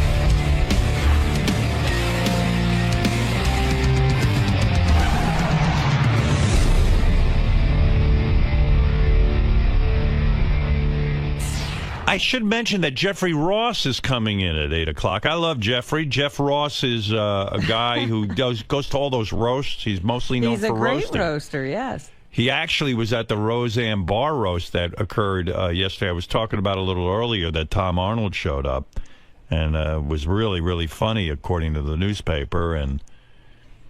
But Did you see the picture of Jeffrey in the paper the other day? Yeah, he went to the Roseanne roast. Dressed as, what's the coach's name? I can't think of it. Like Paterno. Paterno, Joe Paterno. He went dressed as Joe Paterno. And he had his arms around two young boys. Yeah, during the roast. Those roasts, I mean, he consistently kills it. I was reading some article where, we'll talk to him about this. His preparation for a roast goes into the months, not weeks. I mean, and you can hear it. I mean, he comes up with these perfect jokes. It's phenomenal format for him. Right? I mean, who knew of Jeffrey Ross till he started these roasts? No, it was the roast that put him on the map. And he's terrific at it. He's awesome. So anyway, Jeffrey Ross coming in. Maybe he'll have some stories. Hi. Oh, good morning, Jeff. Hi. Hey. How are you this morning? Oh, man, I am top of the world. I haven't seen you in a while. It's been too long. How are things? Things are great. Things are really good. The rule was David Arquette had to come on 48 more times before I could come on. It's an automatic? Yeah, It's a I'm switch, feeling or- good. Hi, guys. Are you going to let Howard know about that it's been a little bit ridiculous that... In case they ask me to roast them, You know, I'm not going to just jump in on them because I'm a guest. I want to be a good guest. Okay. But, you know, if these things come up, I'm loaded with a few killer roast jokes. You've got some verbal ammo. That's right. Always. We'd expect nothing less from you. I really appreciate that. It's great to be here, everybody. What's up, Howard fans? Good to be here. Good to be here at WNBC 6660 AM. WNBC. First time I ever heard Howard, he was interviewing the Beastie Boys in the 80s. Wow. And now here I am, as a grown man coming back. It's cool. All right, sir. We'll see you in the studio. Beyond excited to be here. Beyond. Nervous almost, biting my nails. Just the exhilaration of being back in the King's lair. Well, Jeff Ross is here. He's fresh from the Roseanne roast. I played you. It happened just the other night, like 2 nights ago. Hey, Jeff. Look good. You lost a little weight since I last saw you. Usually the roasts are on a Sunday night. I don't know when they did The roast was... When was the roast of Roseanne? Saturday night. Saturday night. Yeah. I played your segment from there. It was hysterical. Thanks, man. Yeah, they sent it over to me. It was good to hear you. Good Lord, that roasting has made you huge, right? It's our new national pastime. You know, for a long time, the rap on roasters, young guys doing roast, they weren't hard enough on people. They weren't angry enough. There was a period of time where roasting started to fall apart. Like, people were actually going on and being friendly to the guy they were roasting. And then they started calling in real comics to do it. And because I remember the D. Martin roasts were vicious. But then it got nice. Everyone didn't want to, you know, is it hard to say something really shitty about someone to their face? I would only say it to their face. Right. You don't talk behind people's back. It's hypocritical. A true roast master says it right to him. But when you were looking at Carrie Fisher and you say, "Hey, Carrie, you know, gravity, the force is still with you, but it's gravity," which implies that she's a fucking mess.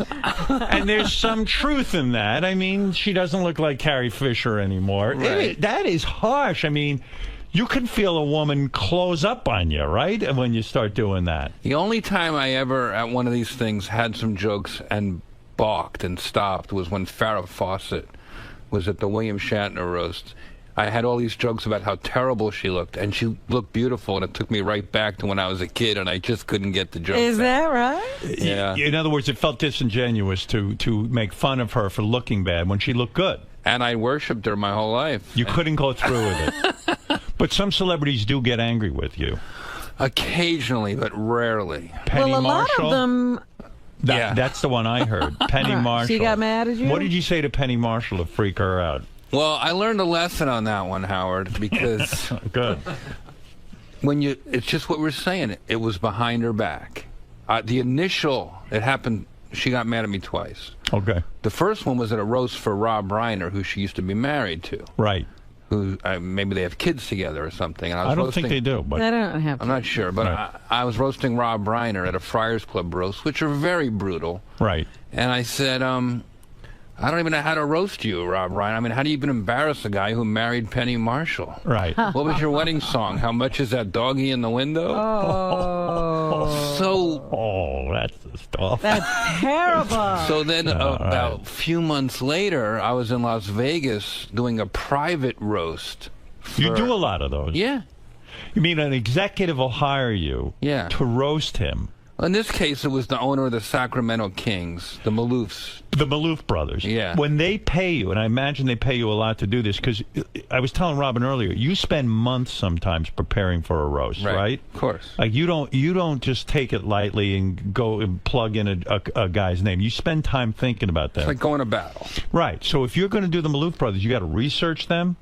You write all your jokes yourself, and then you spend months working on it. So you probably charge a lot of fucking money to the Maloof brothers to do this. When I got off the plane, they met me at the cab stand, just like old Vegas. George Maloof put his arm around me and he walked me to the cage in the casino, and he pulled out the money. He called for some money. He paid me in chips and cash. Oh, are you kidding? It was old school. Wow. And when they do that, when someone's paying you a lot of money, you don't hold back on them. You really blast them, right? Of course. So do they ever say to you, but don't go too hard on me? No. You want to roast people who want it. Right, you would I don't think. take the wimpy roast. I don't do that. So when you do the Maloof Brothers or you do that guy from Virgin Air, I roasted Richard Branson one time. Privately. He didn't like it either. He didn't like it? Well, here, let me just tell you what happened with Penny. Right, go ahead. So the Maloofs say, we want to be roasted in front of all the high rollers and all our big supporters for the Kings, and they own the casino. So I got my jokes. I've been working weeks on it. I'm excited. I'm getting, a prime spot right in the middle of the lineup. And there's Penny Marshall. So by now, she must have heard about the joke I said at the other roast. Right. So she starts heckling me before I even get to the podium. He's an ass. Fuck him. Don't let him talk. Shut him down. Trying to shut me down like we're in British Parliament or something. It's a comedy show. And she's just sort of, it seemed like she was just whacked out of her head on something. She was sitting on Vince Neil's lap. Who wouldn't want to be on Vince Neil's lap? And she was yelling at you. She was really shouting me down. Do you go up to them afterwards and say, look, explain yourself that it's a roast, you're hired to write these jokes, I'm sorry you were collateral damage? They didn't give me that opportunity. I said that she started coming towards the podium, and I just stopped it, and I said, whoa, which one were you, Lenny or Squiggy? And she just spun around and sat back down, and I was walked out the back. I never made it to the after party. They protected you. Were they you protected nervous? her. They kicked me out. Have you ever gone to parties where someone comes up to you and says, hey, you've really shitty me? No. It's a tough thing. Sometimes you walk, it's like, I saw you at Jimmy Kimmel's party. That's the last time I saw you. Yeah. And you were about to go on the road with Charlie Sheen. Mm-hmm. The story was, I don't think I'm saying anything out of school here, but Charlie was doing a tour. He was the biggest thing in the country, but he went out to try to do stand-up, and as we know, that takes years and years of perfecting, and he was bombing. Every night. So he got the idea to bring you out on stage. He hired you to come out on stage. He called me at your party. Did he actually call at the party? I was at the party, drinking and having fun. Right. Big party, and obviously there's a lot to, I didn't want to, my phone rings. I had a hunch he was going to be calling. Right. And, Jeff, it's Charlie Sheen, very intense. It sounds like Apocalypse Now every time he calls. Right. And, it's always intense. Hey, I have a show in Atlantic City tomorrow night, and everyone's saying you'd be great to wrangle the crowd and keep the crowd at bay. Could you come and be the moderator and interview me? And I'm like, Charlie, man, it's sort of not my thing, but what if, about 20 minutes into the show, when things start to get a little hairy. 20 minutes. How about a minute in? Bring you out right away. Did he actually make it 20 minutes? You're leaving him out there way too long. Yeah. They probably put you out like within 5 minutes, but go ahead. So I said, if I can roast you, and he's like, and I said, I got to say whatever I want. And he said, okay, done. 6 a.m. flight to Philly, and we'll pick you up. Do you get paid for that gig? Sure. Yeah. And I said, I need a hazmat suit and a podium. Yeah.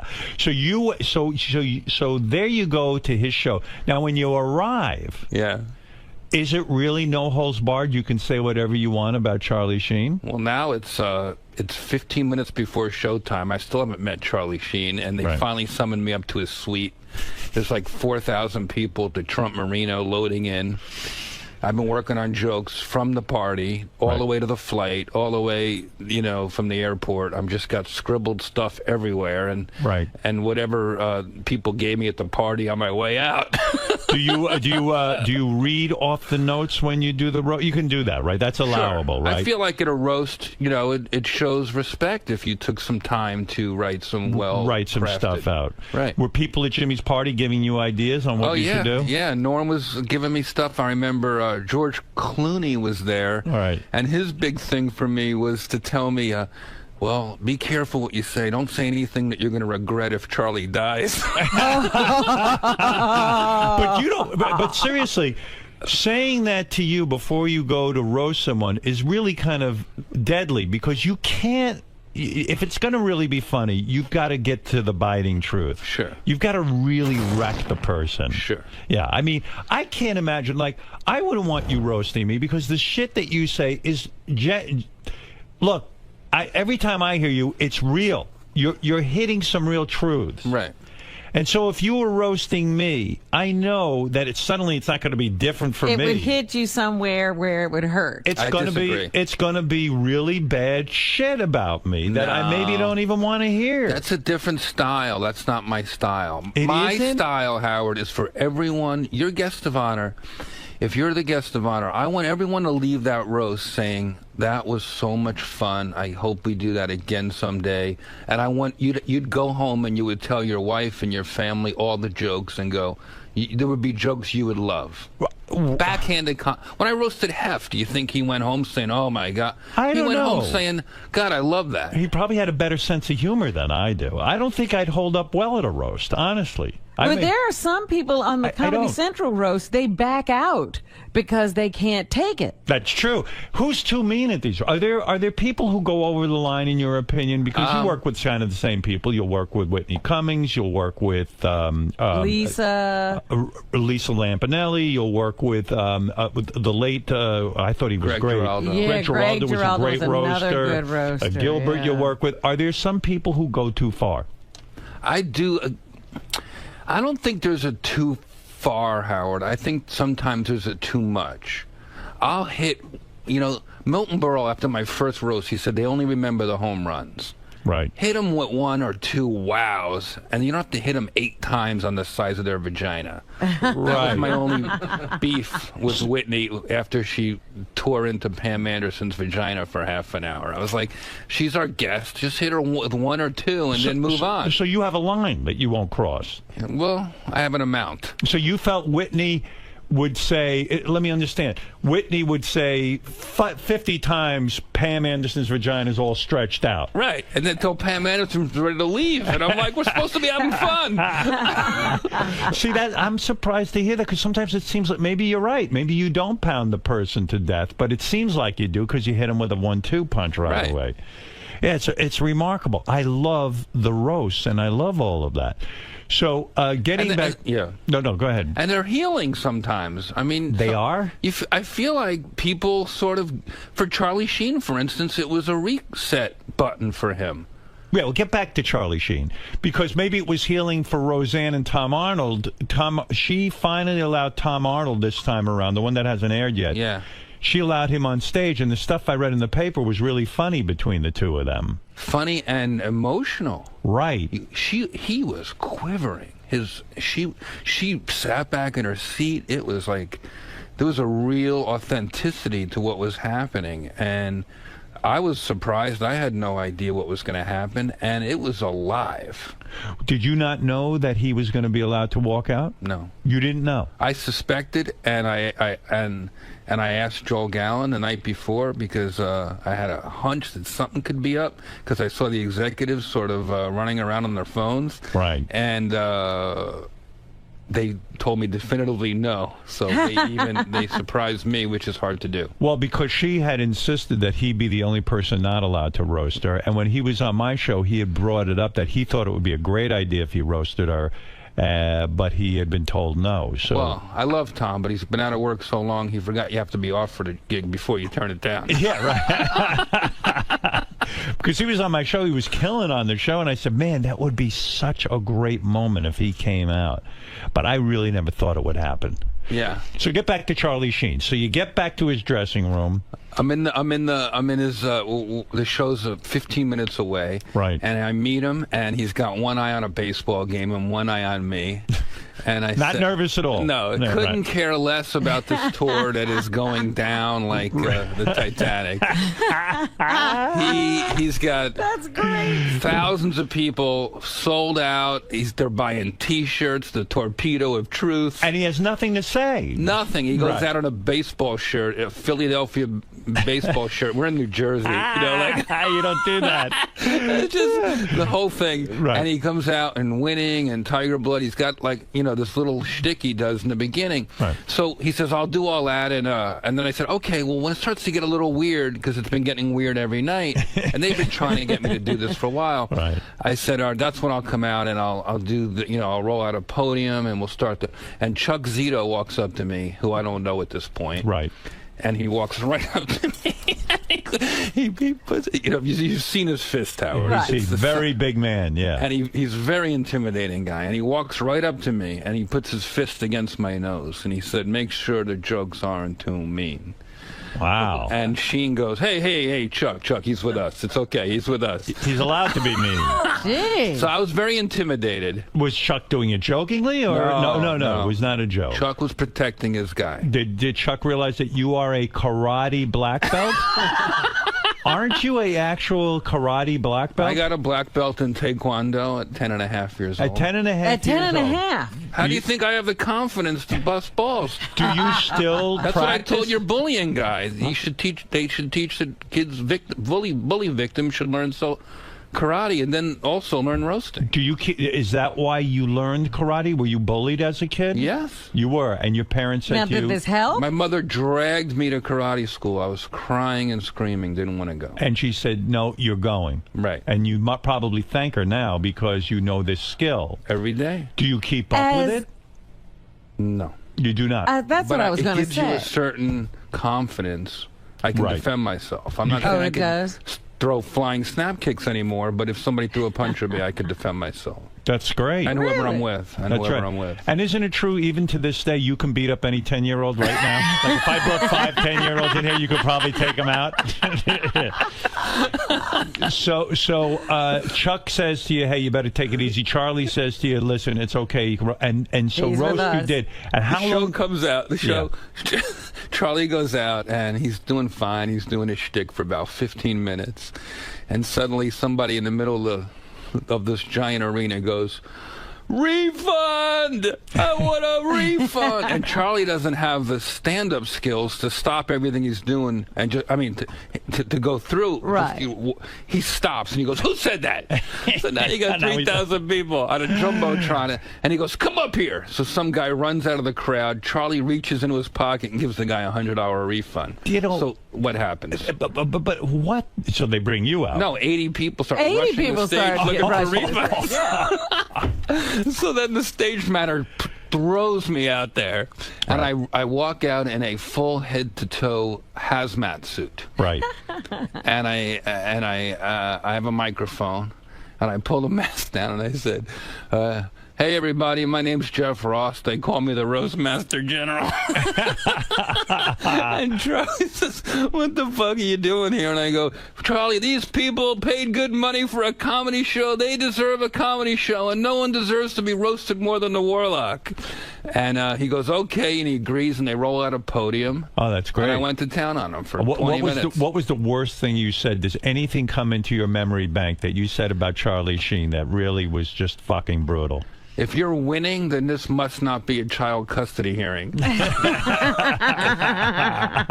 was nothing winning about Charlie. That was right in the middle of the child custody hearing, right in the middle of the tour. It was the worst time of his life. And I must say, no one in the history of roasting has been as good a sport as Charlie Sheen, because he let me roast him every night in 8 different cities. I got meaner in every city, and then he let me roast him on Comedy Central. And on top of that, we watched the roast together. That's how much he loves the punishment. You went over to his place? Yeah. Were there hot chicks loaded in there? We all assumed that Charlie... There were. Yeah. So you go over to watch him being roasted with him. Yeah. And he's got hot chicks all around. Everywhere.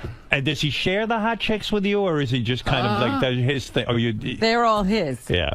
It's not that he shares or doesn't share. It's just it's sort of around. It's like the scene. Like appetizers. Right. So you became friendly with Charlie after all of this. He puts the...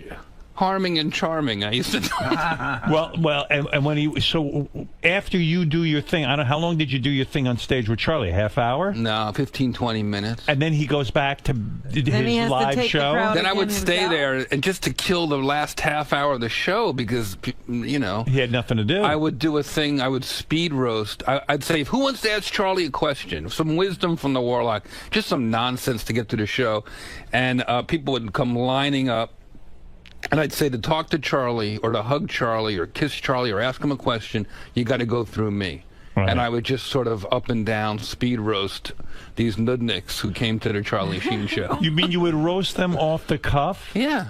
Can you do? Are you? I sense that you said you had to prepare and for months and months and months. But if I said to you, go roast, Fred right now. Right. Would you be able to, off the top of your head, roast him for a few minutes? Probably. You could. Yeah. I mean, what would you say? There's nothing funny about Fred. How could you? What could you possibly say?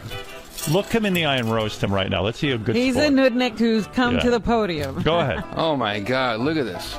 Fred, how are you? Doing fine, my friend. I loved you on To Catch a Predator. Good Very good.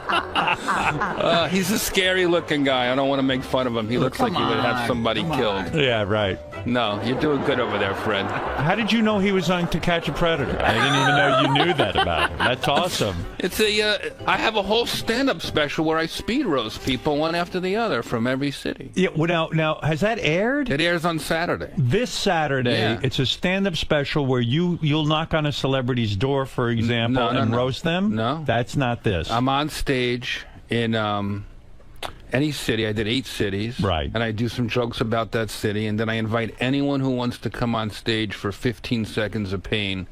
And I did 8 cities, and it's all cut together. Oh, Jeff that's Ross great. Roasts America. Is that on Comedy Central? Saturday night at 11. Beautiful. I'll watch that. Thanks, man. I mean, when you look at a guy like me, I'm almost unroastable because, A, I'm handsome as hell. Sure. B, the women love me. And I'm not that controversial. So it would be difficult for you to come up with a line right now off the top of your head, wouldn't it? No, I'd probably talk mostly about... I like to talk about what's going ahead. Not what would you say about me? Go, let me see if I could be a good sport. I will try. What could you possibly say about me that would be... Howard Stern almost got into a fist fight with Howie Mandel. That's quite an opponent there. A fist fight with a guy who doesn't like to be touched. You're really tough, Howard.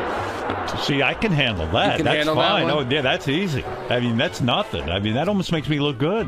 But I wouldn't want to turn it up as a guest because then Turn you it might up. get it. Blast me one real good one. Give it up for Howard Stern, the ugliest motherfucker on the planet. That's not even a joke. That's a fact, Howard. That's it? I could handle that. I wrote some notes down. You want me to roast you properly? Yeah, go ahead. Really? Roast me. Can roast I? me. Yeah, go ahead. He go wrote ahead. notes. I work on these things. Seriously? I had no idea. I want to see if I could take it. I would speed roast nudniks. I don't speed roast legends. Legends I prepare for. Oh, really? Okay. Well, so go ahead and give it to me, and don't hold back. But I can guarantee you, at some point, I'm going to tell you I can't take it. Raise your hand when you can. Like have Can I a raise kill my sign, hand? like an S&M Yeah, situation. what would be a word I could yell out if I can't take it anymore? Have Chuck Zito walk in for a second and punch you right in the head. Go ahead. Thanks, Howard. But with all due respect, the Howard Stern roast is not the same without Bob Levy butchering my introduction. Great to be back, Howard. It's been so long. After my last time on this show, they said I couldn't come back until David Arquette had 48 more fucking appearances. All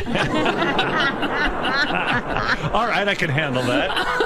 Kind of. Yeah. They come from a place of love, Howard, because I love the show. It's not an angry roast. That's not my style. I see.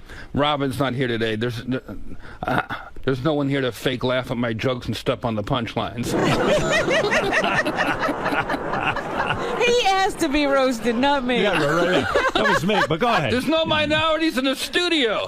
The closest thing you have to a person of color are the brown stains on Tim's fingers.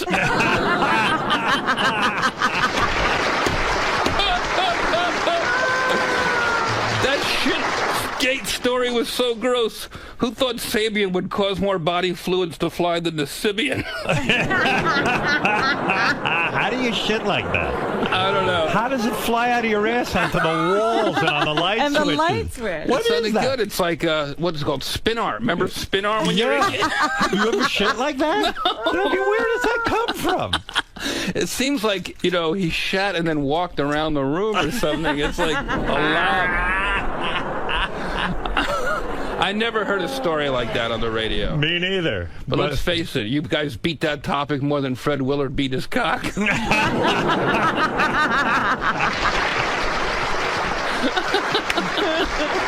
What was that? I mean, what's going on You know with him? Fred? I love Fred. Who goes to a theater to beat off anymore? It seems crazy. I think he's having fun. He's got an artistic... What is that about, though? I asked him to come on. He went on Jimmy Fallon. I really didn't get any answers. I asked him to come on this show. He declined. Oh. I just want to know, why go to a theater to beat off? I mean, is it to meet other people? I don't think so. I think he was probably bored, had a couple drinks, and was having some fun. All right. Okay. I've jerked off in weird places, haven't you? I'm very proud. I'm afraid someone will see how small my cock Where is. have you jerked Where off? have you jerked off in a weird place? Let me think. Chuck E. Cheese. You did? No. I believe it. That would be a weird place. Where have you jerked off? That's weird. In a pool. You did? Yeah. Not your own pool. It's someone else's. I once jerked off in the ocean. Remind me not to invite you to my house. Am I done being roasted? Did I survive that? I mean, I don't feel that I got roasted that bad. Robin, we need you back here. Without you, who will they ever get to Google the news?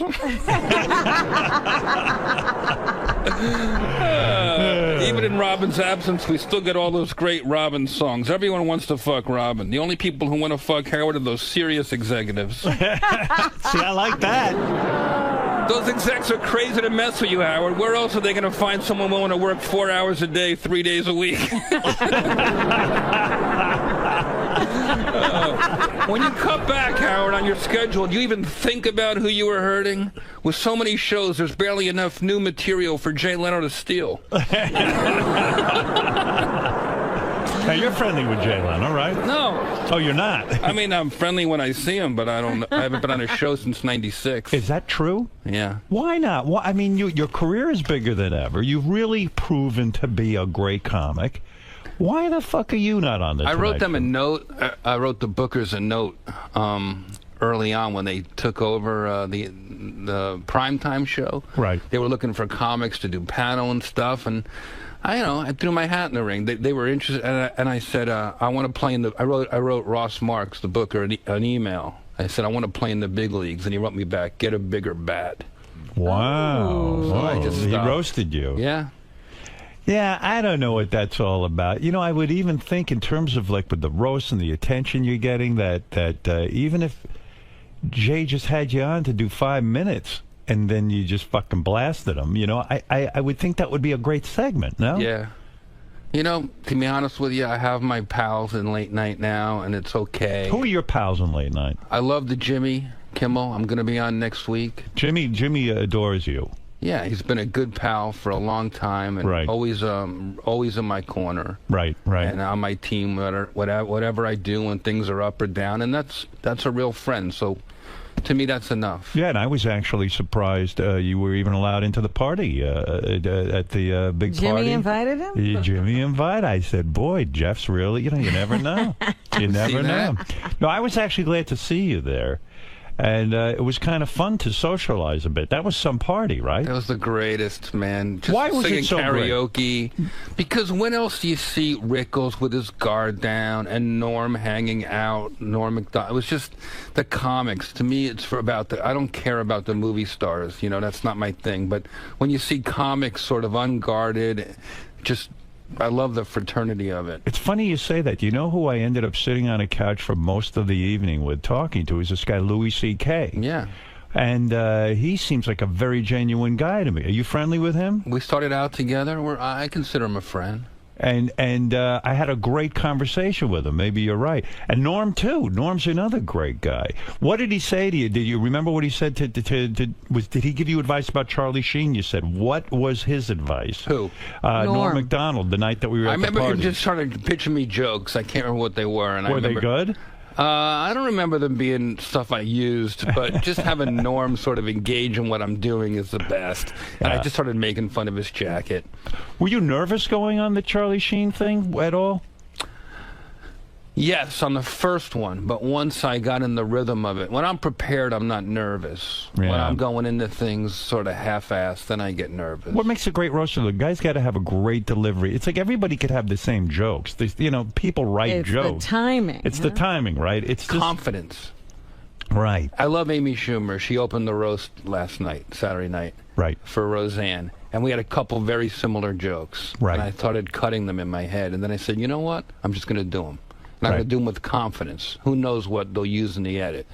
So why break my script apart? I'm just going to do it with the confidence and gravitas of the roast master, and it worked. So they don't work that out ahead of time. You don't sit down with all of the fellow roasters and say, look, here's my material, here's your material, and you work it up, because it seems like a horror scene. If you've got to sit there and cut jokes as people are going, you might have some killer material. That's the game, though. It's awesome. It's you tough. like that. I love the energy of that, and the fact that you got to be on your feet, and you got to be engaged, and you got to be in the moment. When you're sitting there on the dais and Amy Schumer goes and she does a joke so similar to the one you're doing, you just sit there and go, oh, fuck me. Yeah. I mean, that takes a long time to create a joke. It's not like you can write it in 3 seconds. That's why I like to go on a little later. Why? Because then I can roast the roast. What if somebody bombs? What if something crazy happens? Do you sit there and write as you go along? Like, in other words, oh, you do. So if Amy Schumer went and tanked, then you've got 50 Amy Schumer lines. Right. But you can write it that quick. I had a great joke in case someone tanked. Hey, Gilbert, if you're going to tweet about a disaster tonight, tweet about Amy Schumer's set. You know? Right. But she was good. She was great. And it didn't work. So I dropped that one and made it about Alan Barkin's makeup. Somehow you work it in. How long do you go on for? Like 3 to 5 minutes? I went on for about 8 minutes. 8 minutes. There was a lot to work with there. Do they cut that down, or they just run the whole 8 minutes? I think they'll run most of it because it was pretty fun. And I mean, the segment I ran this morning, maybe I should run it now. You know, I was dressed as Joe Paterno. Yeah, we talked about that. Now, that seemed pretty controversial, that you would show up dressed as Joe Paterno. And did anyone have any doubts about you doing that?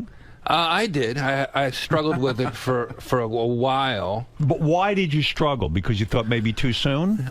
No, not too soon, but I don't want it to be misconstrued as glorifying those guys. I wanted everyone to understand that it's my way of expressing my freedom of speech. A lot of comics have been apologizing and second-guessing their imaginations lately. Right. And that troubled me.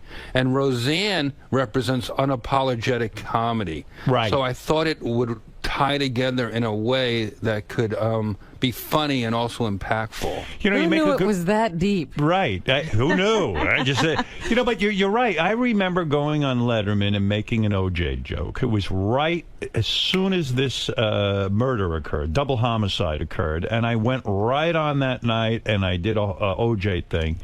And Letterman came down pretty hard on me. He said, you shouldn't make fun of a double homicide. You know, you know, and I was like, oh, fuck, great. You know, I mean, I just got chastised on television. And yet 3 nights later, everyone started in, including Letterman, with the OJ jokes. Right. And so I still feel glad that I did it. Because it was, history proved me right. You know, you asked me if I write my own material very early on. Yep.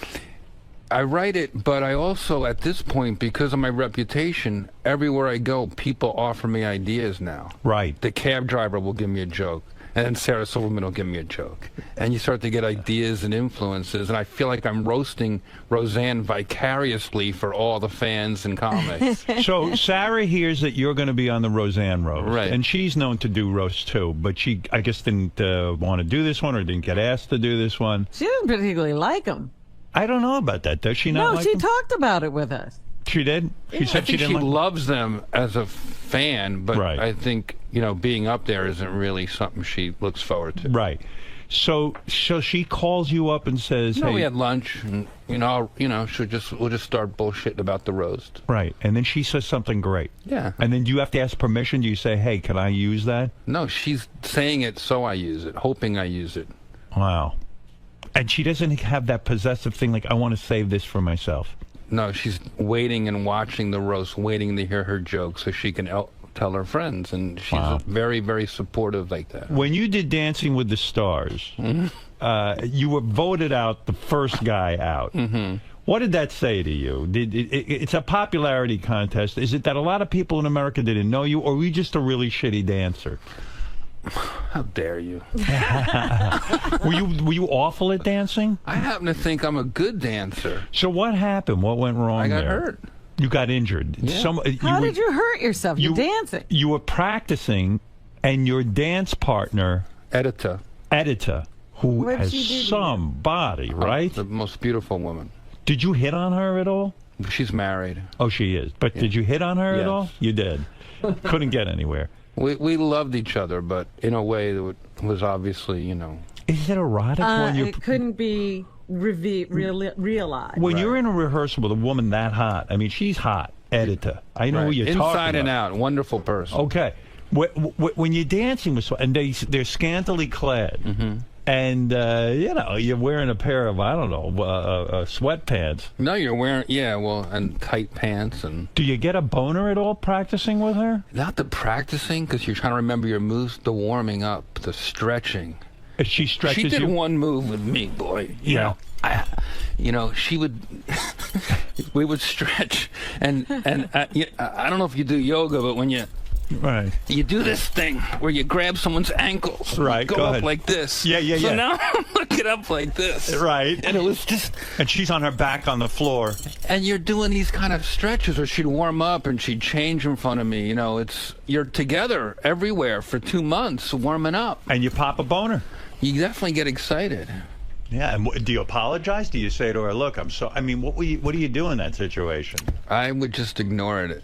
I would just play through it. But she sees it. Walk it off. I mean, I'm assuming she sees it, right? I think she probably, in some way, loves it. Right. She wants to know that her stuff is working. No, it's working all right. No, she's super hot. So you were practicing with her, and I guess one of her fingernails got in your eye? We did the same routine for months. We're working it out. If I go on the road, she came with me. Wow. I lost a lot of weight. And, my thinking was all the great roast masters before me, they were full entertainers. They could sing and dance. And, I wanted to sort of pay tribute to that. So I was like, all right, I'm going to try to learn something new. Okay. And I got the routine down. We were doing play that funky music. Right. And it was so exciting. Live TV. I'm in my trailer.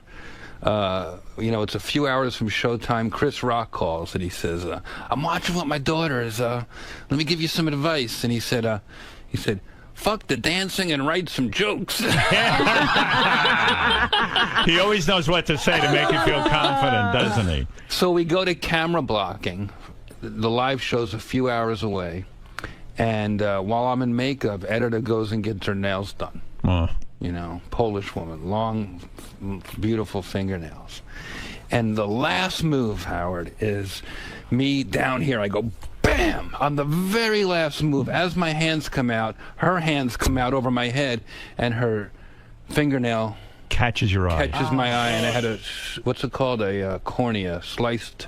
A sliced cornea. And I go down on the ground, and I'm laying on the ground, like wiggling around, and everyone's laughing because they all think I'm hamming it up or playing around. Wow! And 15 minutes goes by, and I'm not opening the eye. Oh! And now I go to the ambulance, and maybe she wasn't loving the stretching. Maybe it was a payback for the boner. But go ahead. Yeah, you go to the ambulance. And I go to the hospital, and then I go to a specialist, and he basically says, you can't dance. You have to. And now I'm like, this is I've been working months on this. Yeah. And word starts to get out and stuff like that because people saw an ambulance come out of Dancing with the Stars already. Right. There's an audience lining up and stuff. Yeah. And I start why getting couldn't calls. you dance? Because your eye was so injured that you could have risked further injury? I guess when you rip your cornea like that, you can't move your eye around. Right. You're The moving. light. I could sit in here, but I could. The lights, the cameras, it's just so painful. So I had to wear a eye patch. Yeah. And I said, if I can walk, I can dance. I told 𝗦𝗫. Right. And I said, the show must go on. And the producer, Conrad, said, the show's going on, just without you. What are you talking about? What do you mean the show must go on? We weren't stopping it, narcissist. And actually, Kimmel said, dance, you'll be a hero. Right. Like a schmuck. I'm like, all right. You here let we Kimmel go. give you advice? Right. Right. Dancing, no less. Dancing advice. And that's what happened. I went out and I danced poorly. Right. people started With your sending money. iPad. Are you saying in rehearsal you really were a lot better? I'm still a good dancer. Why don't I you love to dance more than anything. Don't you Why think? don't they bring you back? Yeah, That would have been a good idea. Why don't they give you, in fairness, isn't there some new superstar season coming up where they're pulling in the best dancers from each series? You should get a chance at doing that. I am your advocate right now. Thank you very much, Howard. Absolutely. The last time you said something like that about me, it worked out too. Every time you plug something good happens for me. This is years ago. I told a story about roasting. I don't remember which one. And you said, you should write a book about roasting. Yeah, and you did. And a month later, I had a deal. Yeah, how'd that book do? Well, it did well, right? Yeah. I mean, yeah, it was. You've taught people how to roast, haven't you? You on the Bachelor. I remember seeing you. He was on The Bachelor? He taught the Bachelorettes or the Bachelors to roast, right? Roasting isn't about celebrities all the time. It's also about roasting your friends and colleagues and coworkers. And I'll tell you what, that's Dancing what my with the show's Stars, about. If you won't put Jeff back on Dancing with the Stars, you should at least let him bang Editor. She should have at least offered after she took out your cornea. Are they in charge of that? I danced so poorly, people thought it was a telethon. They sent money. Who's this guy? Let's go to a couple of calls. Let's remind you not to miss Jeff Ross's stand-up special, Jeff Ross Roasts America. That's the one where you'll bring people up on stage and you'll just let them have it. Right. It's brutal. It's brutal. Yeah. Good. I didn't like do that. it to you because it's just not right to do it to friends. It works for strangers. Do it to me. No, it's like, you know. It doesn't work. It's got to be if I with know strangers. the person, it's got a layer to it. When you roasted Donald Trump, in other words, it worked because you don't know him? No, because that one I prepare for, and it's like a written roast. But speed roasting is very punk rock. Right. You know, I had a guy in Seattle just come on stage, and